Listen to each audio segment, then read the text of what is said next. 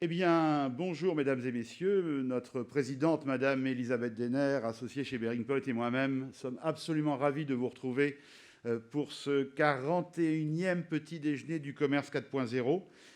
Nous retrouverons notre présidente tout à l'heure pour la synthèse. Elle est en visioconférence. Je ne vous cache pas que de nouveau, à cause des problèmes de Covid, vous êtes plus nombreux en ligne qu'en physique, ici dans l'amphithéâtre Vital-Roux à l'ESCP. Ce 41e petit déjeuner a pour thème le re-commerce, enjeux marketing, environnementaux et technologiques.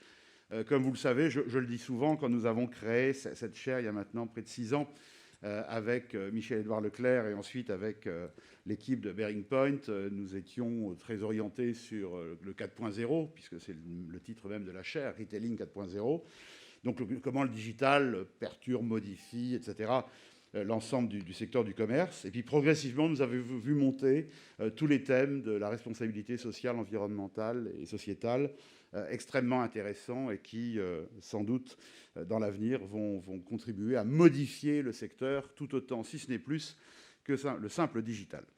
Alors, je voudrais saluer et remercier nos intervenants de ce matin. Je vous rappelle toujours le dispositif des petits déjeuners du commerce 4.0, c'est de faire dialoguer de façon extrêmement conviviale et en même temps très renseignée, à la fois des universitaires, des chercheurs et des experts de haut niveau. Et donc, je remercie le professeur Julien Schmitt, professeur à l'ESCP, du cadrage théorique qu'il va opérer, monsieur Bruno Vanov, directeur commercial de Disruptal, monsieur Didier Matalia, cofondateur et directeur général de Trustplace, et puis, je dirais, l'ingénieur en chef à qui nous devons beaucoup dans le cadre de ce partenariat avec Bearing Point, et en particulier aujourd'hui sur la question du e-commerce, Marion Révol, qui est manager chez Bearing Point et qui va organiser les débats. Je voudrais aussi signaler la présence dans la salle de M. Pierre Garnier, qui est un acteur important du secteur, puisqu'il dirige en Seine-et-Marne la plus grosse ressourcerie, et il est aussi très impliqué dans la réinsertion sociale, et en même temps, il mène actuellement une thèse de doctorat sur le sujet du commerce circulaire. Je le signale parce que il y a peu de sujets doctoraux, de recherche doctorale sur ce thème, et donc il est un des chercheurs associés de la chaire. Sans plus tarder, et avant de laisser la parole à nos éminents conférenciers, deux informations. La première, nous avons prévu théoriquement, je dis bien théoriquement compte tenu des événements actuels, un événement le 16 décembre, en fin de journée, qui serait un événement consacré à la sortie et à la présentation du livre Distribution 4.0, deuxième édition, avec mes collègues, le professeur Jean-François Lemoine, directeur de l'école doctorale de Paris 1, et le professeur Adlinox d'Audencia, où comme nous l'avions fait pour la première édition, nous allons présenter le contenu du livre, les modifications par rapport à l'édition antérieure, etc. Compte tenu des événements et du Covid, nous ne savons pas encore si nous allons maintenir cette date. Deuxième information, le comité scientifique s'est réuni pour évaluer les différents mémoires de recherche de l'ESCP dans le cadre de sujets liés au commerce, à la distribution. Et il a fini par délibérer. Et donc, je vais laisser la parole tout de suite à notre coordinatrice générale, le docteur Christelle Fournel, qui va annoncer ou plutôt la vainqueur du prix 2021 du meilleur mémoire de recherche en distribution. Tout à fait.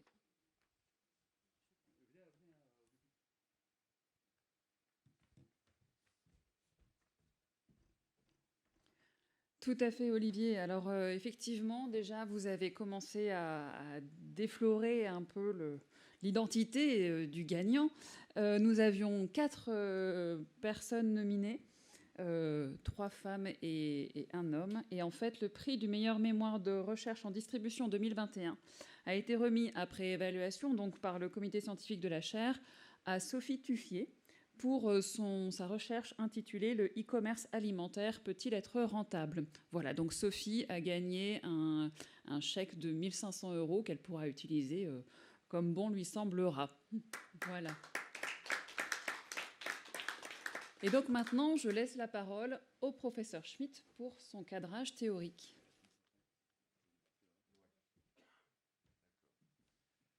Bonjour à tous, merci professeur Badeau pour cette invitation. C'est ma première participation au petit déjeuner du Retailing 4.0, donc c'est un grand plaisir d'être ici. Donc, je voudrais vous parler rapidement des enjeux, plusieurs types d'enjeux, que ce soit marketing, environnementaux, consommation, technologique, pas dans cet ordre-là. On va tout remettre ce puzzle dans le bon ordre. Du e-commerce. Est-ce qu'il faut que je m'approche? Ok, ça marche. Alors, si j'appuie comme ça, c'est bon.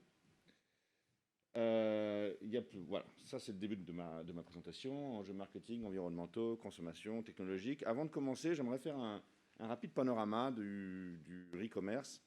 Alors, si on repart de la définition, le e-commerce, c'est finalement de remettre dans le commerce un produit qui aurait déjà été utilisé par un consommateur. À ce titre, c'est pas très nouveau, hein, ça fait assez longtemps qu'il y a des vides-greniers, des brocantes, des foires qui existent. Et je dis ça parce qu'on parle souvent d'acteurs comme Vinted, comme Back Market, qui sont effectivement en plein essor en ce moment. Mais ça a commencé il y a pas mal de temps, et depuis, effectivement, il y a eu beaucoup d'évolutions. J'ai fait ici une sorte de typologie. Bon, c'est une typologie, on pourrait classer tout ce petit monde de plein de façons différentes. Mais je les ai divisés d'abord d'un côté du monde du reconditionné, c'est-à-dire le fait de rendre un produit dans un état meilleur qu'à la fin de son cycle de consommation par le consommateur précédent, ou de l'achat d'occasion, seconde main simple, qui est finalement reprendre un produit dans l'état dans lequel il était après le cycle de consommation du consommateur précédent. Dans l'occasion, on a des canaux qui sont directs, de consommateur à consommateur, et on a des canaux qui sont indirects. Parfois, cet échange se passe par l'intermédiaire d'un acteur professionnel. Et puis, ces deux processus eux-mêmes se divisent en plusieurs autres catégories. Vous avez ce processus qui peut se passer offline, c'est-à-dire dans des magasins physiques ou dans des marchés, ou qui peut se passer online par l'intermédiaire de sites internet, de plateformes, etc. Et puis, au sein même de ces acteurs, vous avez des acteurs qui sont plutôt généralistes et des acteurs qui se spécialisent sur une catégorie de produits spécifiques, comme les livres, comme les voitures, etc. Donc, on peut aller... Moi, je me rappelle quand j'étais étudiant, j'allais chez Gilbert Joseph pour m'acheter des livres d'occasion parce que c'était moins cher, donc c'est pas nouveau. Et puis, il n'y a pas longtemps, sur Back Market, j'ai acheté le premier téléphone portable de mon fils qui rentre en 6e. Apparemment, c'est la loi maintenant. Il faut acheter un téléphone portable quand les enfants rentrent en 6e. Voilà. Donc, voilà le panorama. Alors, évidemment, tous ces acteurs n'ont pas connu la même évolution ces dernières années. J'ai récupéré à partir de 2020. L'année dernière, on porte tous nos masques, on sait ce qui s'est passé, le Covid est arrivé, il y a eu l'effet confinement, et c'est vrai que les acteurs assez traditionnels, comme les marchés, les foires et même les magasins dits non essentiels, ont un peu souffert, beaucoup souffert même, de cette situation. Et parallèlement, c'est pas une surprise, il y a eu un essor de tout ce qui est occasion reconditionnée en ligne, qui a d'ailleurs aussi utilisé, enfin qui a bénéficié de campagnes de publicité assez fortes de certains gros acteurs de ce marché. Donc un essor de ces sites spécialisés comme Vinted, comme Le Bon Coin, comme Back Market, etc. Et puis en 2021, on a une consécration de ces canaux en ligne qui continuent leur progression impressionnante. Et puis comme j'expliquerai tout à l'heure sur les motivations des consommateurs, on a effectivement après ce confinement, après ces confinements, une pression sur le pouvoir d'achat, qui est une des motivations pour le e-commerce, et donc qui contribue à cet essor de cette tendance, avec une continuation de ces acteurs spécialisés dans le online, mais aussi une offre qui se développe dans des magasins plus traditionnels, comme Ikea, comme Decathlon. On a des nouvelles marketplaces directs C2C dans des sites qui sont plus familiers, comme La Redoute, comme Cdiscount, où on n'avait pas ce genre de pratique avant. Et puis même dans la grande distribution, on a des acteurs comme Leclerc, comme Carrefour, Auchan et d'autres, qui se mettent à la vente d'occasion. Souvent, comme ce n'est pas leur métier principal, ils se mettent en partenariat avec des sites qui sont spécialisés dans ce métier, par exemple Auchan qui a fait un partenariat avec Patatam, ou Carrefour, je Je crois que c'est avec Cash Converter qui se sont alliés. Donc avec des gens dont c'est effectivement le métier de faire du e-commerce. Voilà pour le panorama très rapide, très très général. Et ce sur quoi je voudrais appuyer cette présentation ce matin, c'est sur les enjeux, les différents enjeux. Donc on va parler des enjeux environnementaux, des enjeux de consommation, des implications en termes marketing pour les marques et notamment pour les fabricants. Et puis, je laisserai Marion parler des solutions et des enjeux logistiques et technologiques qui sont aussi assez nombreux sur ce thème. Alors, si je commence par l'environnement, le e-commerce veut s'insérer dans ce qu'on appelle l'économie circulaire. Alors, qu'est-ce qu'on appelle l'économie circulaire? Pour faire simple, j'ai piqué ce graphe. Il n'est pas du tout de moi, il est de la Fondation MacArthur. Faut que je le cite quand même. Et en fait, c'est le but de l'économie circulaire, c'est de transformer une économie qu'on appelle linéaire. Donc on voit ici dans la colonne centrale, vous voyez, on part de l'extraction des matières premières en haut. Ces matières premières qui sont utilisées pour être transformées dans un processus de fabrication, qui sont ensuite envoyées dans des canaux de retail, de transport, etc. et qui sont ensuite achetées par les consommateurs, qui sont consommées et qui finissent par être jetés. Okay. Et donc, cette économie linéaire engendre ce qu'on connaît aujourd'hui, c'est-à-dire une utilisation des ressources qui parfois ne sont pas renouvelables, et puis une génération de déchets qui, eux, s'empilent de façon assez inquiétante. Donc, le but de l'économie circulaire, c'est de trouver des boucles vertueuses dans ce système pour essayer d'en atténuer les impacts négatifs. Donc, vous avez à droite, par exemple, des boucles qui sont plutôt des boucles qui concernent des matériaux technologiques ou industriels, je dirais, et puis à droite, des boucles industrielles, technologiques, et puis à gauche, plutôt des boucles qui concernent des matériaux biologiques. Je ne vais pas toutes les faire, ça prendra trop de temps, mais vous voyez que le e-commerce s'inscrit dans ces boucles puisque on récupère un produit qui a été utilisé et plutôt que de le jeter, on va le réinsérer, alors soit au niveau d'autres consommateurs eux-mêmes, soit au niveau des distributeurs. Si effectivement on fait du reconditionné, là c'est un distributeur qui va récupérer les produits, qui va les reconditionner pour les revendre. Vous voyez, donc c'est une boucle vertueuse au même titre que le recyclage, etc., etc. Alors si je me concentre plus particulièrement sur la boucle du e-commerce, vous voyez qu'on a ici en ligne cette fois ce qu'on appelle notre cycle de vie du produit avec les différentes étapes de l'extraction des matières premières, production, transport, utilisation, fin de vie. Vous voyez que cette boucle qu'on a vue pour le e-commerce, elle est elle-même composée de plusieurs étapes. Une étape de récupération de ces produits chez les consommateurs qui peut se passer de plusieurs façons selon les acteurs. Soit on va les chercher, soit on invite les consommateurs à nous les envoyer, soit on crée des réseaux avec d'autres entreprises pour pouvoir récupérer ces produits. Ensuite, une étape de tri, c'est-à-dire on va trier des produits qui peuvent effectivement être renvoyés dans le e-commerce de ceux qui ne peuvent pas l'être. Et enfin, une étape de réparation, pour ensuite être replacé dans la boucle initiale. Donc, cette boucle, elle est en théorie vertueuse. D'ailleurs, il y a beaucoup de recherches qui sont faites sur justement les mesures de ces cycles de vie, qui montrent que, par exemple, pour un smartphone, à peu près 85% de l'impact environnemental, il est au niveau de la fabrication, du manufacturing. Donc vous voyez qu'avec cette boucle, on évite de repasser par cette étape. Il y a pas mal de recherches aussi qui essayent de démontrer, qui essayent de comparer les cycles de vie pour les vêtements et qui montrent aussi qu'il y a un effet bénéfique individuel par vêtement. Et vous voyez que c'est très important de cette précision. Mais par vêtement, un vêtement individuel recyclé va effectivement avoir un impact environnemental inférieur à un nouveau. Cela dit, il y a deux enjeux sur lesquels j'aimerais m'appuyer un petit peu. Alors, pardon, ce n'est pas le cycle de vue, c'est le cycle de vie. Mais effectivement, il y a la nécessité et la difficulté de mesurer l'impact sur le cycle de vie global, non pas d'un produit individuel, mais de tous ces produits qui sont vendus. Je vais essayer de vous donner 2 exemples, mais vous imaginez bien, et c'est une des motivations, plutôt un des freins dont je vais parler un petit peu après, pour le e-commerce consommateur, qui consiste à se demander, mais d'où vient mon produit?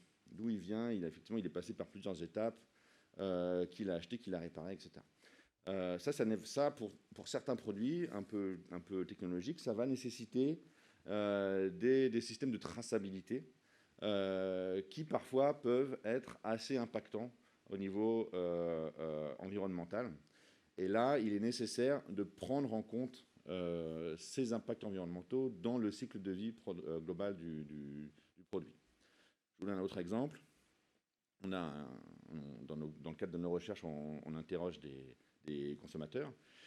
Et il y a une personne, on était assez surpris, qui nous a dit, moi, en fait, je revends plus cher sur Vinted que ce que j'ai acheté. Tous les vêtements que je vends, je les vends plus cher que le prix où je les ai achetés neufs. Alors on se dit, tiens, ça c'est intéressant, comment vous faites?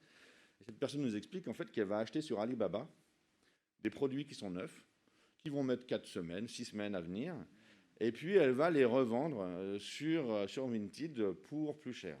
Donc là, c'est du e-commerce, mais vous voyez que là, ça ne rentre pas du tout dans la boucle, puisque c'est des produits neufs, qui en plus viennent de Chine, donc du coup, vous avez l'impact transport, qui ensuite sont revendus et transportés par avion, enfin, vous voyez.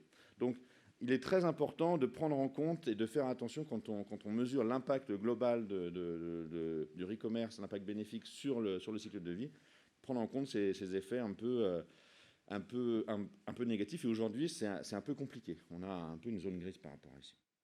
Et puis, le deuxième effet pervers du potentiel du e-commerce, c'est finalement la surconsommation. C'est-à-dire on voit dans nos interviews des consommateurs qui, finalement, parce qu'ils achètent d'occasion, vont acheter beaucoup plus que ce qu'ils auraient acheté neuf. Donc là, quand je vous disais que l'impact environnemental d'un produit unique, il est inférieur, si vous multipliez le nombre de produits qui rentrent dans la chaîne, là, tout à coup, vous avez un impact, vous avez un bénéfice environnemental qui est réduit. Donc voilà, ça c'est les 2 gros enjeux, je dirais, environnementaux. Et si on veut vraiment convaincre les gens que le e-commerce a un bénéfice environnemental, il est nécessaire vraiment de prendre en compte et de mesurer ces boucles négatives.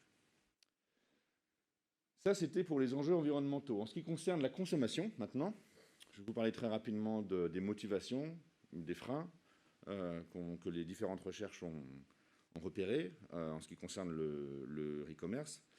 Je commence par les motivations.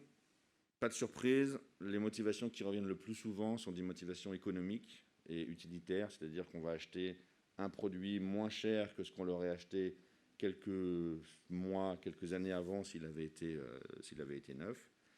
On a une réduction du risque, c'est-à-dire qu'on prend moins de risques, on prend un moindre risque financier de se tromper, par exemple, si jamais le produit ne nous convient pas. Et puis, il y a aussi l'impression de s'insérer dans un système de réparation, de remboursement, de garantie plus facile, etc.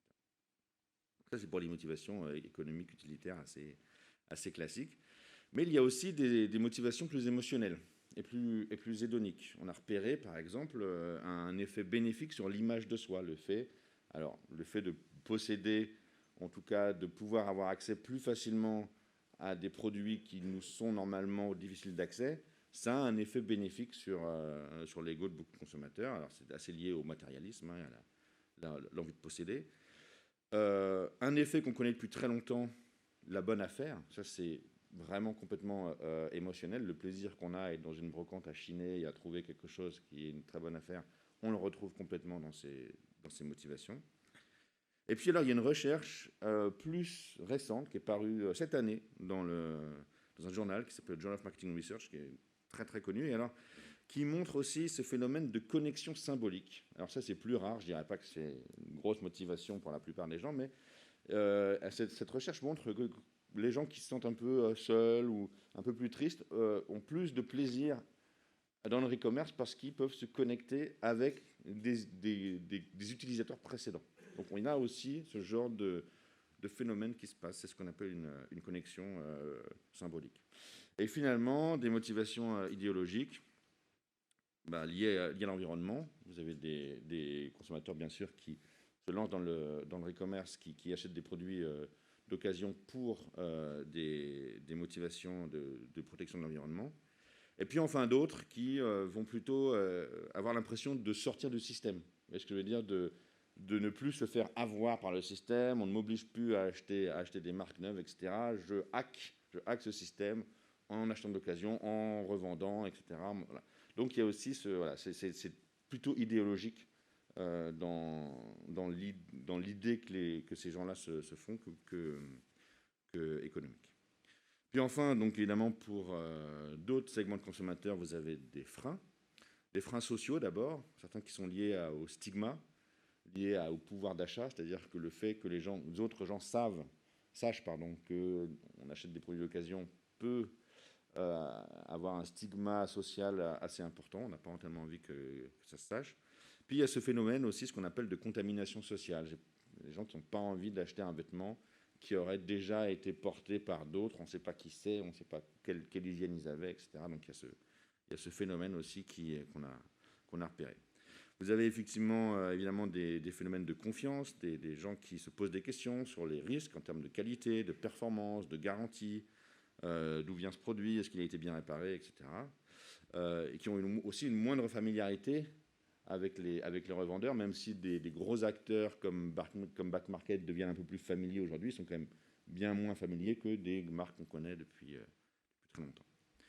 Puis, évidemment, il y a ce phénomène d'obsolescence, c'est-à-dire que d'occasion, on va trouver des produits qui sont plus anciens, donc qui peuvent avoir une obsolescence technique, ou alors une obsolescence sociale, c'est-à-dire qu'ils soient passés de mode plus rapidement, etc. Un slide juste pour donner quelques niveaux de détails supplémentaires sur la slide précédente, mais vous voyez que ici à gauche, vous avez un graphe qui montre que clairement les motivations les plus importantes, elles restent économiques et utilitaires, alors que les motivations environnementales, elles sont moins importantes. Et puis à droite, un graphe qui montre que c'est aussi un phénomène générationnel, c'est-à-dire que c'est une tendance qui monte chez toutes les générations, mais de façon plus importante chez les plus jeunes. Ça, c'est aussi très très clair. Et je vais terminer, j'espère que je suis dans les temps. Parfait, ok, très bien. Alors, par les enjeux marketing. Parce que ça a aussi pas mal d'enjeux marketing, ce e-commerce, notamment par rapport aux fabricants de produits neufs qui lancent ces produits sur le marché. On peut se poser des questions quant au rythme et la stratégie de lancement de nouveaux produits. C'est-à-dire si jamais une partie du marché est accaparée par des produits d'occasion, par des produits de seconde main, par des produits reconditionnés. Comment est-ce qu'on adapte nos modèles de prévision des ventes pour savoir quels sont les volumes qu'il va falloir construire, quelle part de ce marché va être accaparée. Mais enfin, vous avez aussi des phénomènes plus positifs avec des opportunités de marché qui peuvent s'ouvrir. C'est-à-dire que vous avez tout un tas de gens qui n'achetaient pas des produits neufs qui sortaient de nos usines et qui tout à coup peuvent être intéressés par des produits d'occasion. Aujourd'hui, c'est plutôt d'autres types d'acteurs qui profitent de ces marchés, mais pour les fabricants, maintenant, le gros enjeu, c'est d'essayer justement de pouvoir s'y insérer. Vous avez des enjeux, deuxième partie, en termes de marque, c'est-à-dire qu'effectivement, pour un fabricant, un produit qui rentre dans une boucle e-commerce sort un peu de son contrôle. C'est-à-dire que qu'est-ce qui se passe si j'achète un Samsung sur un site de e-commerce et que je ne suis pas content? Quel impact ça a sur l'image de la marque, qui n'est peut-être pas responsable de la façon dont ça a été réparé, etc. Donc tout ça aussi, c'est des enjeux d'image de marque et de contrôle qui peuvent être assez compliqués. Et puis finalement, de façon plus opérationnelle, sur le mix marketing, quel impact sur la stratégie prix? Si vous avez un e-commerce qui se développe beaucoup, avec des prix inférieurs, comment est-ce que moi, j'adapte ma stratégie prix par rapport à ça, et ma stratégie promotionnelle sur les produits neufs? Et comment un groupe, par exemple... Alors la question se pose un peu moins pour des groupes qui sont aussi des distributeurs. Vous avez Ikea, vous avez Decathlon, qui sont des fabricants, mais qui sont aussi des distributeurs, donc ils peuvent réussir à faire cohabiter deux offres dans leur point de vente. Mais si je prends l'exemple je sais pas, un groupe comme Seb, par exemple, qui n'a pas de réseau de distribution, si Seb demain avait envie de se mettre dans la vente de produits reconditionnés, dans le produit d'occasion, comment faire en sorte d'intégrer dans sa communication, dans sa distribution, et comment faire en sorte de communiquer sur l'un sans avoir un impact négatif sur l'autre, etc. Donc c'est beaucoup de questions qui se posent, qui se posent beaucoup moins pour les spécialistes du e-commerce d'aujourd'hui. C'est pour ça d'ailleurs que ce sont eux qui se sont lancés dans ce marché et qui finalement en tirent les bénéfices plutôt que des acteurs plus traditionnels. Voilà, c'était mon éclairage.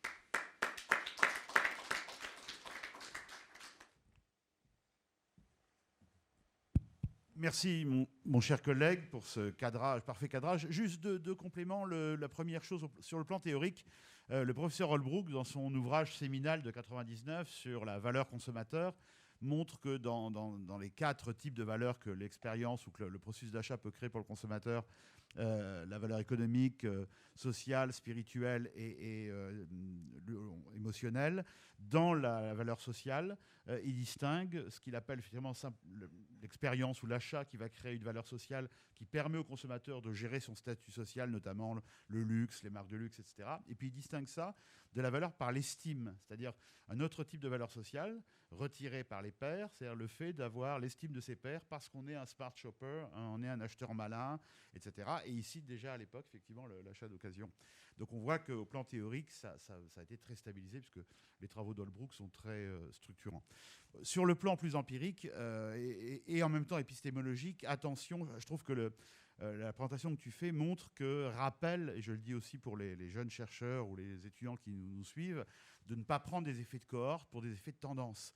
Tu rappelais que quand tu étais jeune, et moi aussi, et quasiment 100% des étudiants, ils achetaient leurs livres chez Giberjeune à Paris pour les Parisiens. Ils achetaient leurs disques d'occasion, de jazz ou classique ou autre, d'occasion aussi d'ailleurs chez Giberjeune. Et puis ils achetaient, comme moi, leur veste Harris Tweed en tweed au Fripe ou au Puce, pour des raisons strictement économiques. Donc quand on dit regardez, les jeunes générations, ils achètent, etc., il faut faire attention. C'est un effet de cohorte. Est-ce que c'est pour autant un effet de tendance ? Donc je pense toujours avoir beaucoup de relativité sur ces questions. Merci beaucoup et je vais passer maintenant la parole à Marion qui va continuer alors sur son cœur de spécialité qui sont les dimensions technologiques du sujet.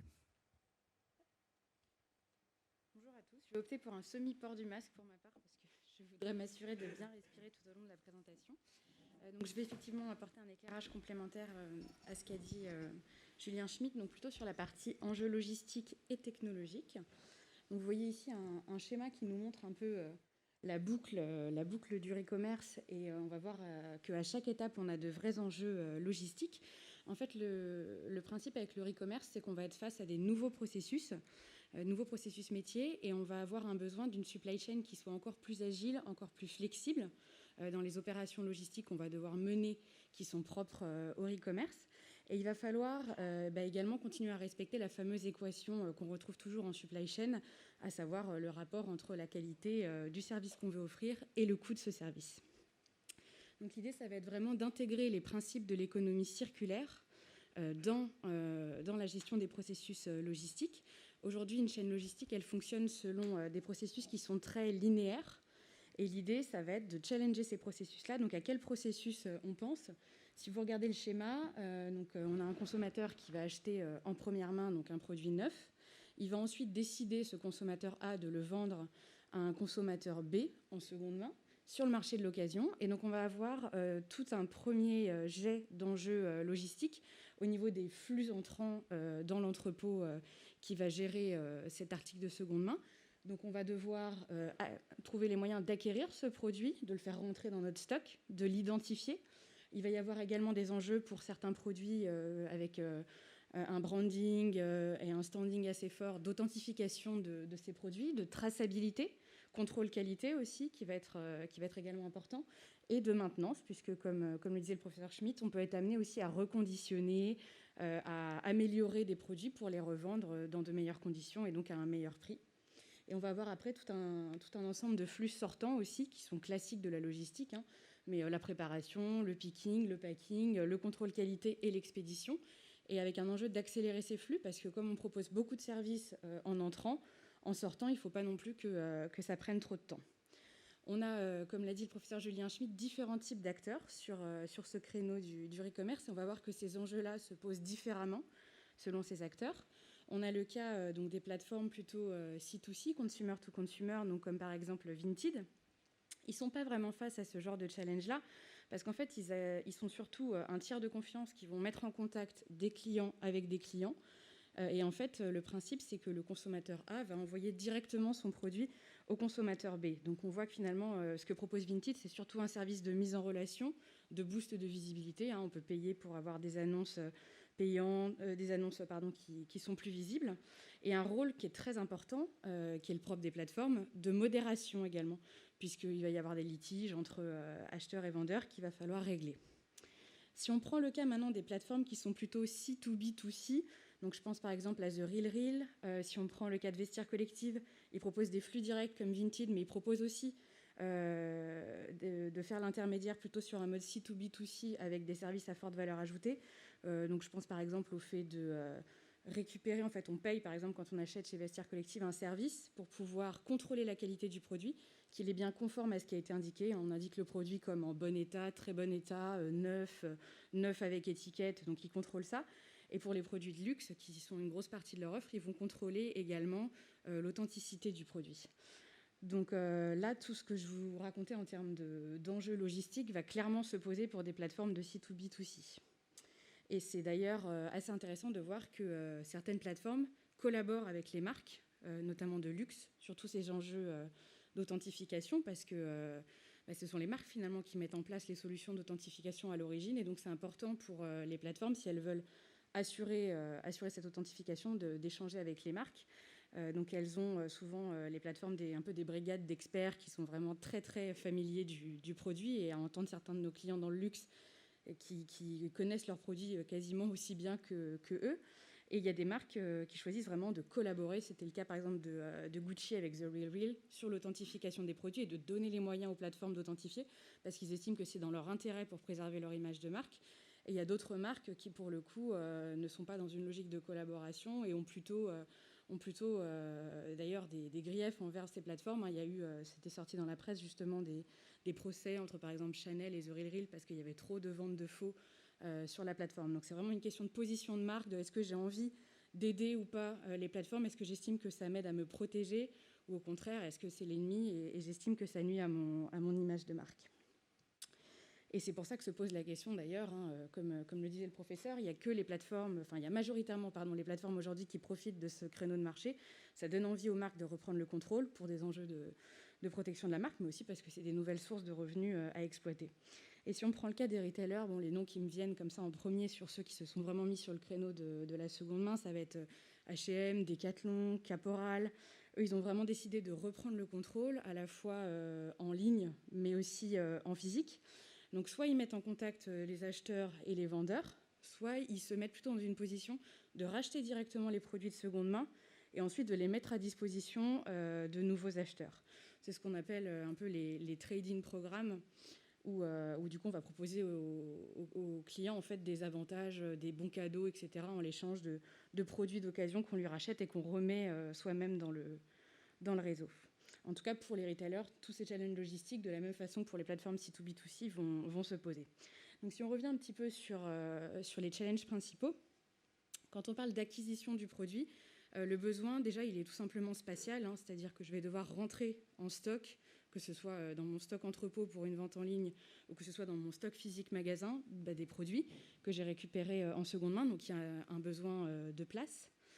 Au-delà du besoin de place pour stocker ces produits, quand on veut les revendre en physique dans son réseau de magasins, il y a toute une réflexion à avoir aussi, notamment quand on est une marque premium, sur le cérémoniel de vente. Comment est-ce que j'intègre cette seconde main à mon expérience en boutique ? Et il y a des marques là, très haut de gamme, je pense à Richard Mille qui propose des montres qui ont complètement intégré en fait, la seconde main avec des corners en fait, dédiés dans leur magasin où ils proposent une expérience de marque, la coupe de champagne, l'accueil hyper quali. Et ils ont vraiment à cœur de proposer l'expérience de conseil de la marque, même sur des produits de seconde main, qu'ils ont par ailleurs également, je dirais, retapés, reconditionnés, polichés, etc., et donc auxquels ils redonnent de la valeur et un aspect quasi neuf, et qui sont capables de revendre du coup à très bon prix, et du coup d'avoir des bonnes marges qui leur permettent d'offrir ce service, et ça les positionne, en tout cas dans leur stratégie, dans une optique vraiment développement durable. Il y a également les plateformes pour cette acquisition qui vont ouvrir un peu comme des points de consignement où elles vont collecter en fait les produits pour pouvoir les stocker à différents endroits dans les villes. Le deuxième enjeu, ça va être l'identification. Donc quand on fait rentrer à nouveau des produits dans son réseau, c'est pas toujours facile, hein, on l'a dit, ça peut être des produits finalement qui ont été achetés il y a 2 semaines et puis finalement, je sais pas, la taille va pas par exemple sur un vêtement, mais ça peut aussi être des produits beaucoup plus vieux. Donc il faut réussir à les identifier, il faut les étiqueter. Donc il y a un enjeu aussi de données, comment est-ce qu'on va retrouver le code du produit, comment est-ce qu'on va régénérer une étiquette pour le faire rentrer dans le réseau. Donc ça pose une question aussi d'historisation des datas et un peu d'analyse de son cycle de vie de produit, jusqu'à combien de temps mes produits peuvent revenir en fait dans mon réseau pour être sûr de bien savoir les identifier. C'est des problématiques qu'on a, hein, par exemple dans le retail aussi chez les retailers qui opèrent des outlets, hein. Combien de temps mes produits vont rester en outlet, jusqu'à combien de temps il va falloir que je gère mes données produits. On a ensuite un enjeu donc d'authentification, je vais revenir dessus dans la partie technologique. Donc là, c'est vraiment clé pour la réputation des business, hein, comme je l'ai dit en vous donnant l'exemple de Gucci ou de Chanel, qui ont une posture assez différente là-dessus par rapport aux plateformes. Donc gros enjeu technologique sur cet aspect, je reviendrai dessus après.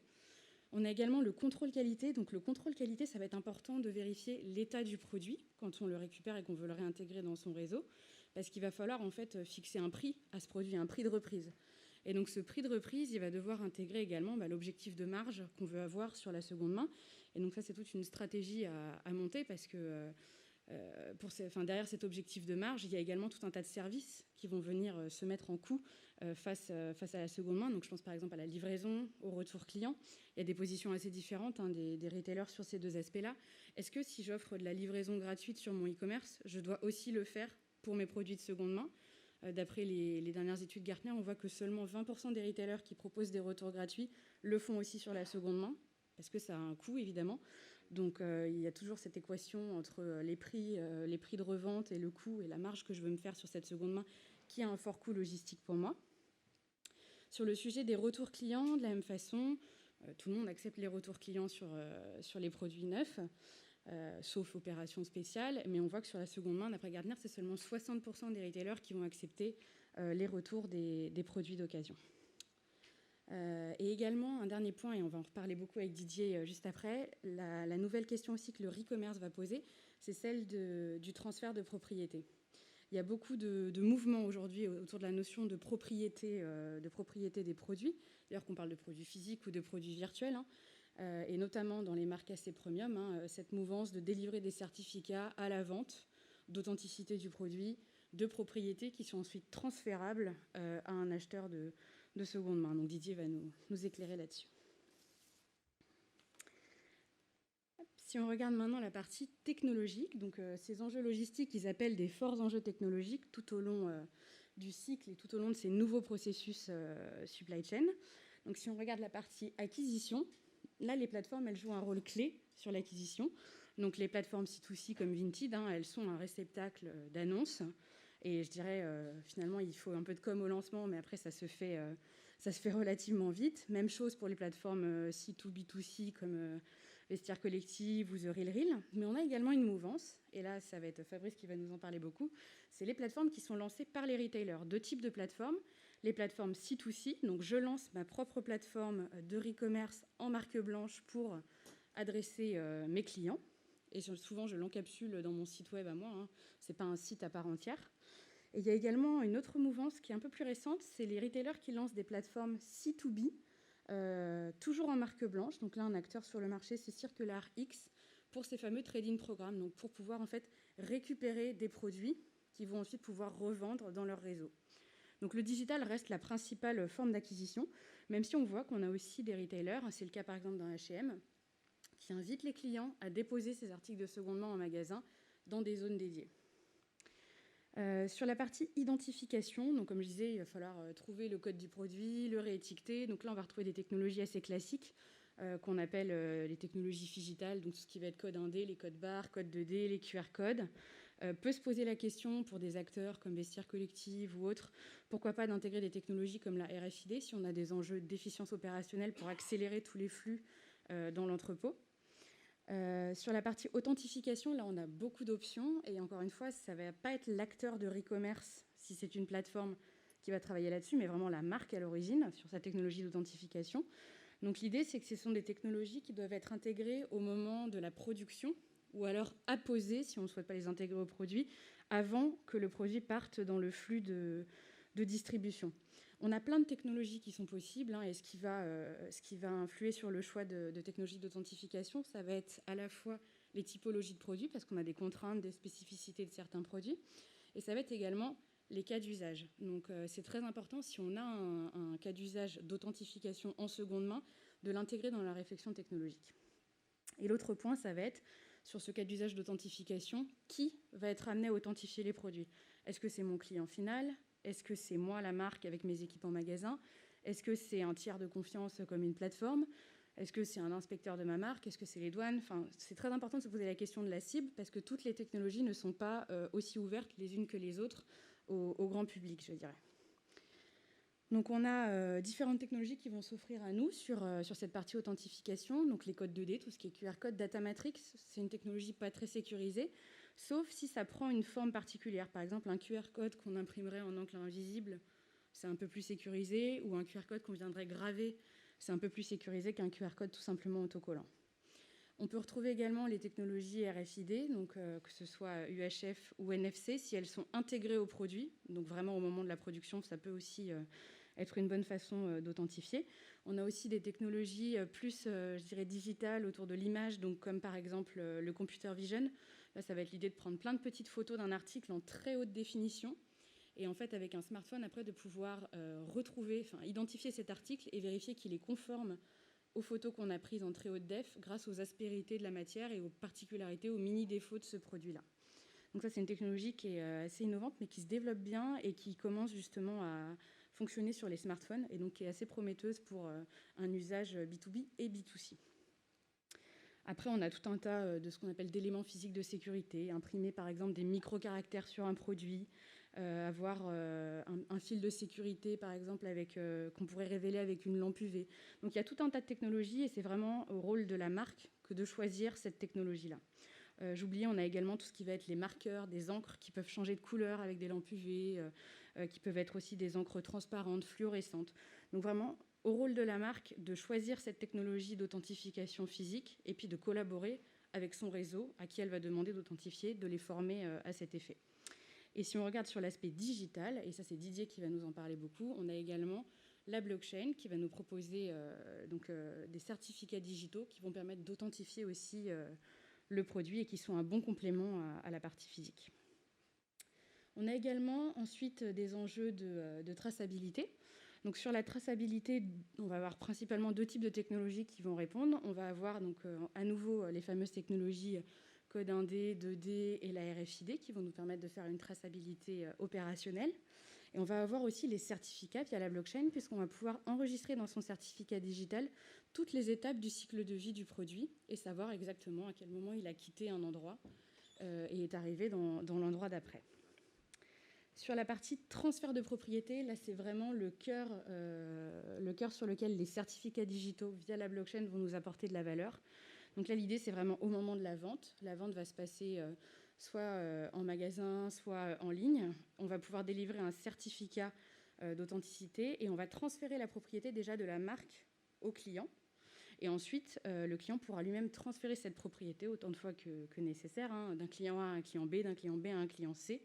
Et ça va vraiment apporter une preuve et une réassurance sur le marché de la seconde main, notamment avec des produits de luxe qui ont une forte valeur, même en seconde main.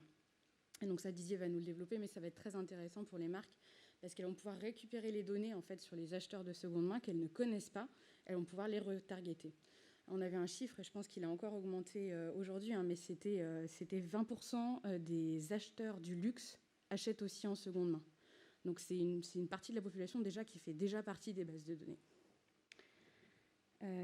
Et enfin, sur toutes les technologies plutôt, on va dire, qui supportent les opérations logistiques, donc préparation, picking, packing, shipping, retour client, on va retrouver toutes les technologies classiques, code 1D, 2D, RFID. Et sur les retours clients, Didier va nous le développer aussi, on va avoir à nouveau les certificats blockchain, puisqu'on va pouvoir, grâce à ces certificats, accélérer aussi le processus de retour grâce à un QR code qui sera contenu dans les certificats digitaux. Donc voilà pour ce petit éclairage technologique. Je vais passer la parole maintenant à nos deux intervenants qui vont vous proposer des solutions qui permettent de reprendre le contrôle sur le marché de la seconde main en tant que marque. Donc on va commencer par Fabrice de chez Disruptual. Je l'évoquais un petit peu avant, il propose une solution de marketplace en marque blanche, donc pour proposer aux retailers de vendre eux-mêmes les produits de seconde main, et il va nous développer, il y a tout un tas d'avantages pour le client à passer directement par le retailer sur la plateforme du retailer. Et Didier va nous expliquer donc la solution TrustPlace qui, elle, propose des certificats digitaux d'authentification et donc qui vont permettre les fameux transferts de propriété et qui s'appuient sur la solution blockchain. Merci à vous. Merci Marion. Je rappelle, comme vous le voyez, que l'objet de la chaire, et notamment des petits déjeuners du commerce 4.0, c'est de combiner des cadrages théoriques et analytiques de haute volée, de forte pointure, avec effectivement aussi des témoignages professionnels moins connus et qui présentent des éléments très spécifiques par rapport au thème de la journée. Merci encore pour votre présence. Merci de m'avoir convié à cette intervention ce matin. Je suis ravi d'avoir l'occasion de vous parler d'occasion, sans faire de mauvais jeu de mots. Nous sommes, spécialisés sur l'économie circulaire et on propose, comme disait Marion, à des marques et des enseignes de reprendre le contrôle sur cette partie du marché qui leur échappe principalement aujourd'hui encore. Pourquoi ? Parce qu'en fait, on parle beaucoup d'e-commerce, on parle d'omnicanalité, on parle de phygital. L'occasion, le re-commerce, moi j'appelle ça l'économie, c'est-à-dire qu'aujourd'hui il y a une vraie révolution. Quand on parle de moi je vais appeler ça la révolution, dans le sens où vous avez beaucoup de marques de retailers qui n'étaient pas du tout sur l'occasion et qui se prennent directement l'attente du consommateur qui aujourd'hui est vraiment très forte sur le côté de l'occasion. Et donc, vous avez des marques qui n'avaient pas prévu, pas anticipé du tout la loi AGEC, le consommateur qui aujourd'hui achète des produits d'occasion. Je me faisais la réflexion tout à l'heure, qu'est-ce que j'ai sur moi comme produit d'occasion ? En fait, j'en ai plusieurs. Vous ne pouvez pas forcément deviner, sauf si vous n'aimez pas comment je suis habillé, évidemment, mais ça, c'est une question de goût. Mais vous ne pouvez pas savoir aujourd'hui ce que j'ai acheté d'occasion. Donc, l'occasion... c'est pas moi qui le dis, hein, vous avez plein d'études et on en a cité tout à l'heure. Vous avez plus de 2/3 des Français qui achètent et vendent des produits d'occasion. Il y a différentes motivations, différentes raisons. Donc nous, en fait, ce qu'on fait en tant que fournisseur de solutions, on permet aux marques et aux enseignes de reprendre le contrôle sur l'économie, donc la seconde main et l'occasion. Ça paraît simple parce qu'aujourd'hui, en termes d'usage, vous avez une habitude des consommateurs d'aller sur Vinted, d'aller sur Le Bon Coin et d'autres plateformes qu'on a citées. Donc vous avez un usage très simple. On se connecte sur une app, on se connecte sur un ordinateur et tout est fluide.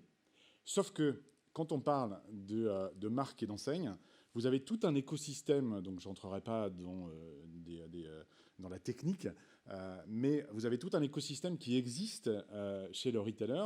Marion évoquait tout à l'heure un certain nombre de solutions. Donc ce que ne voit pas le consommateur aujourd'hui, c'est tout ce qu'il y a derrière. Donc vous avez un site e-commerce, vous avez un CRM, un ERP, un CDP, vous avez des outils logistiques. Donc vous avez tout un écosystème de solutions très complexes, plus ou moins communiquant les uns avec les autres. Et nous, en fait, ce qu'on apporte, on est facilitateur pour permettre à une marque et une enseigne de reprendre le contrôle sur la seconde main au travers d'un certain nombre de fonctionnalités. Donc aujourd'hui, on va parler de tunnels de vente sur l'occasion.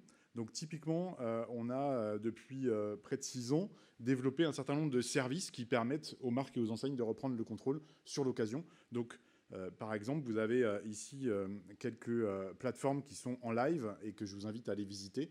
Donc typiquement, on travaille aujourd'hui, on a le plaisir d'œuvrer pour des acteurs comme La Redoute, La Reboucle, qui utilisent nos services pour permettre à leurs consommateurs d'aller vendre des produits qu'ils ont achetés au sein de leur écosystème ou qu'ils veulent vendre tout simplement. Donc ça, c'est un choix propre à chaque enseigne et chaque marque. Donc on amène, nous, un tas de fonctionnalités qui vont permettre aux consommateurs de se connecter dans l'écosystème sans avoir à se connecter plusieurs fois. Donc on va parler de SSO, donc une connexion unique. Donc on reconnaît le consommateur, on va permettre au consommateur de déposer des annonces très facilement. C'est-à-dire que si le consommateur a acheté une veste sur La Redoute, sur Cdiscount, puisqu'on travaille aussi avec Cdiscount, vous aurez la possibilité d'aller dans vos anciens paniers et de sélectionner les produits que vous voulez vendre. Donc c'est une simplicité de dépôt d'annonce. Ça va vous permettre d'être plus rapide, plus efficace. On va vous donner l'accès donc aux belles photos qui ont été mises en ligne précédemment lorsque vous avez acheté ces produits, le descriptif du produit, et le consommateur, lui, il a juste quelques photos à prendre pour prouver le bon état du produit, et il a juste à indiquer le prix, puisque c'est son propre choix. Donc on vient amener différentes fonctionnalités qui vont permettre aux marques et aux enseignes de favoriser et de prendre la main sur la seconde main.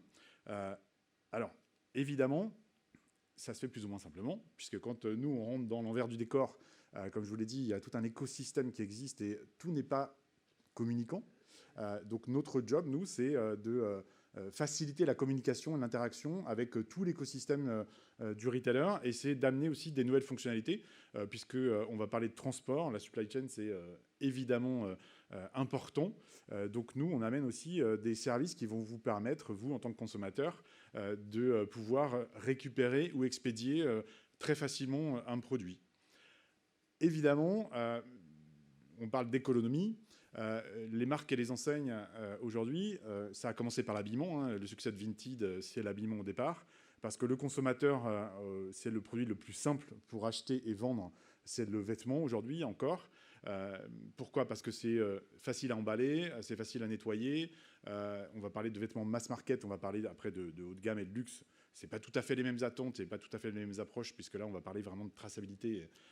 Et tout à l'heure, vous allez avoir un certain nombre d'informations plus précises sur la traçabilité.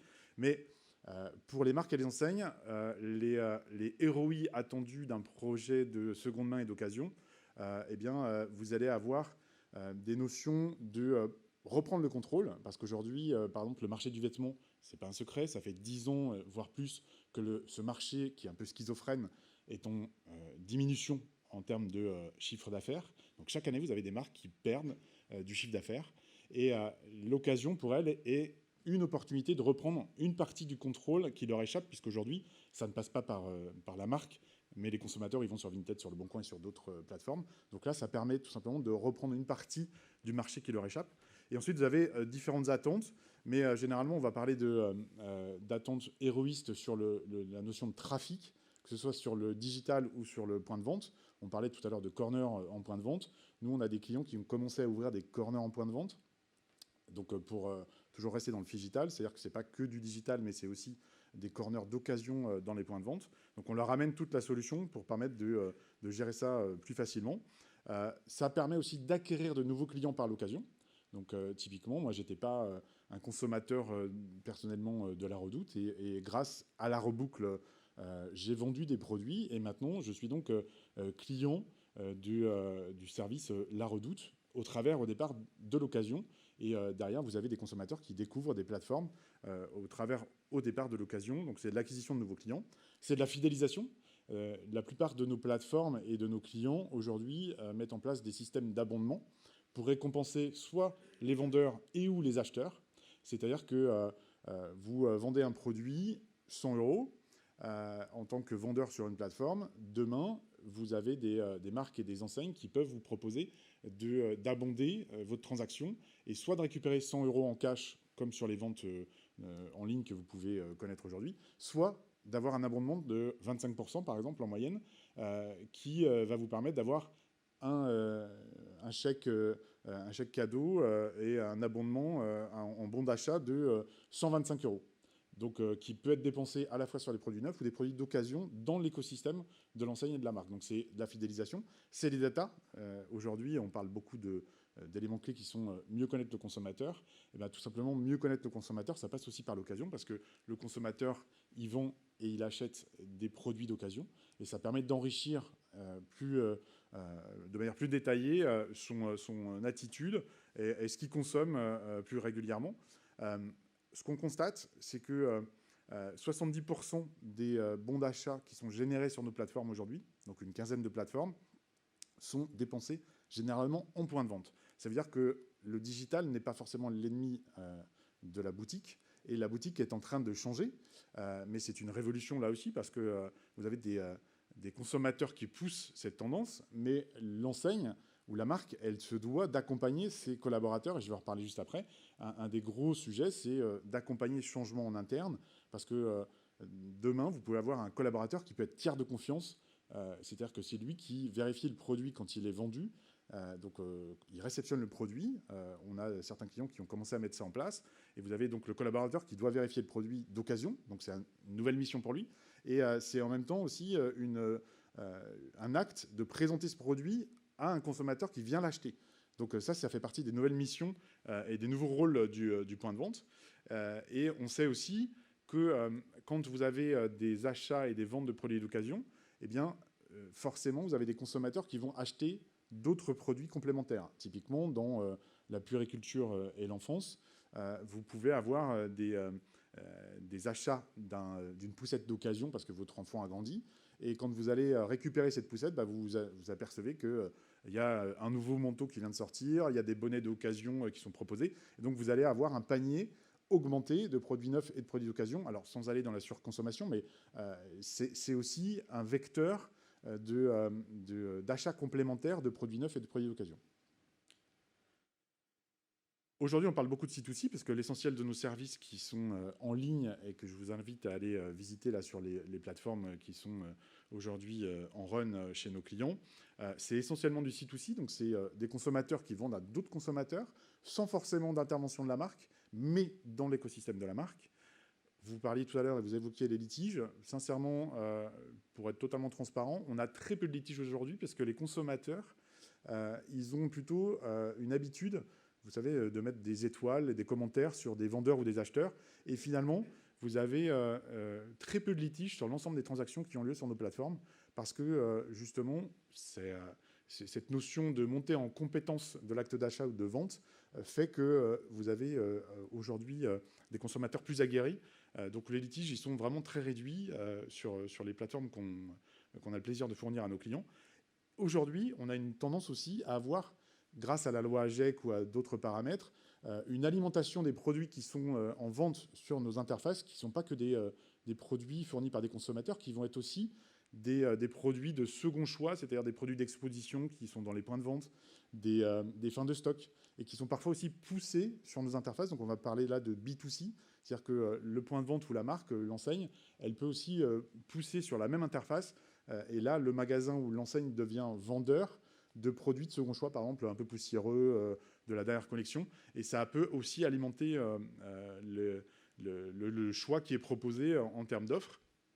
Et Marion l'exprimait tout à l'heure, une autre tendance, c'est le C2B2C, c'est-à-dire que vous avez certaines marques et certains retailers qui commencent à penser aussi à récupérer des produits et éventuellement eux-mêmes ou à déléguer cette prestation, à les vérifier et à les remettre en vente.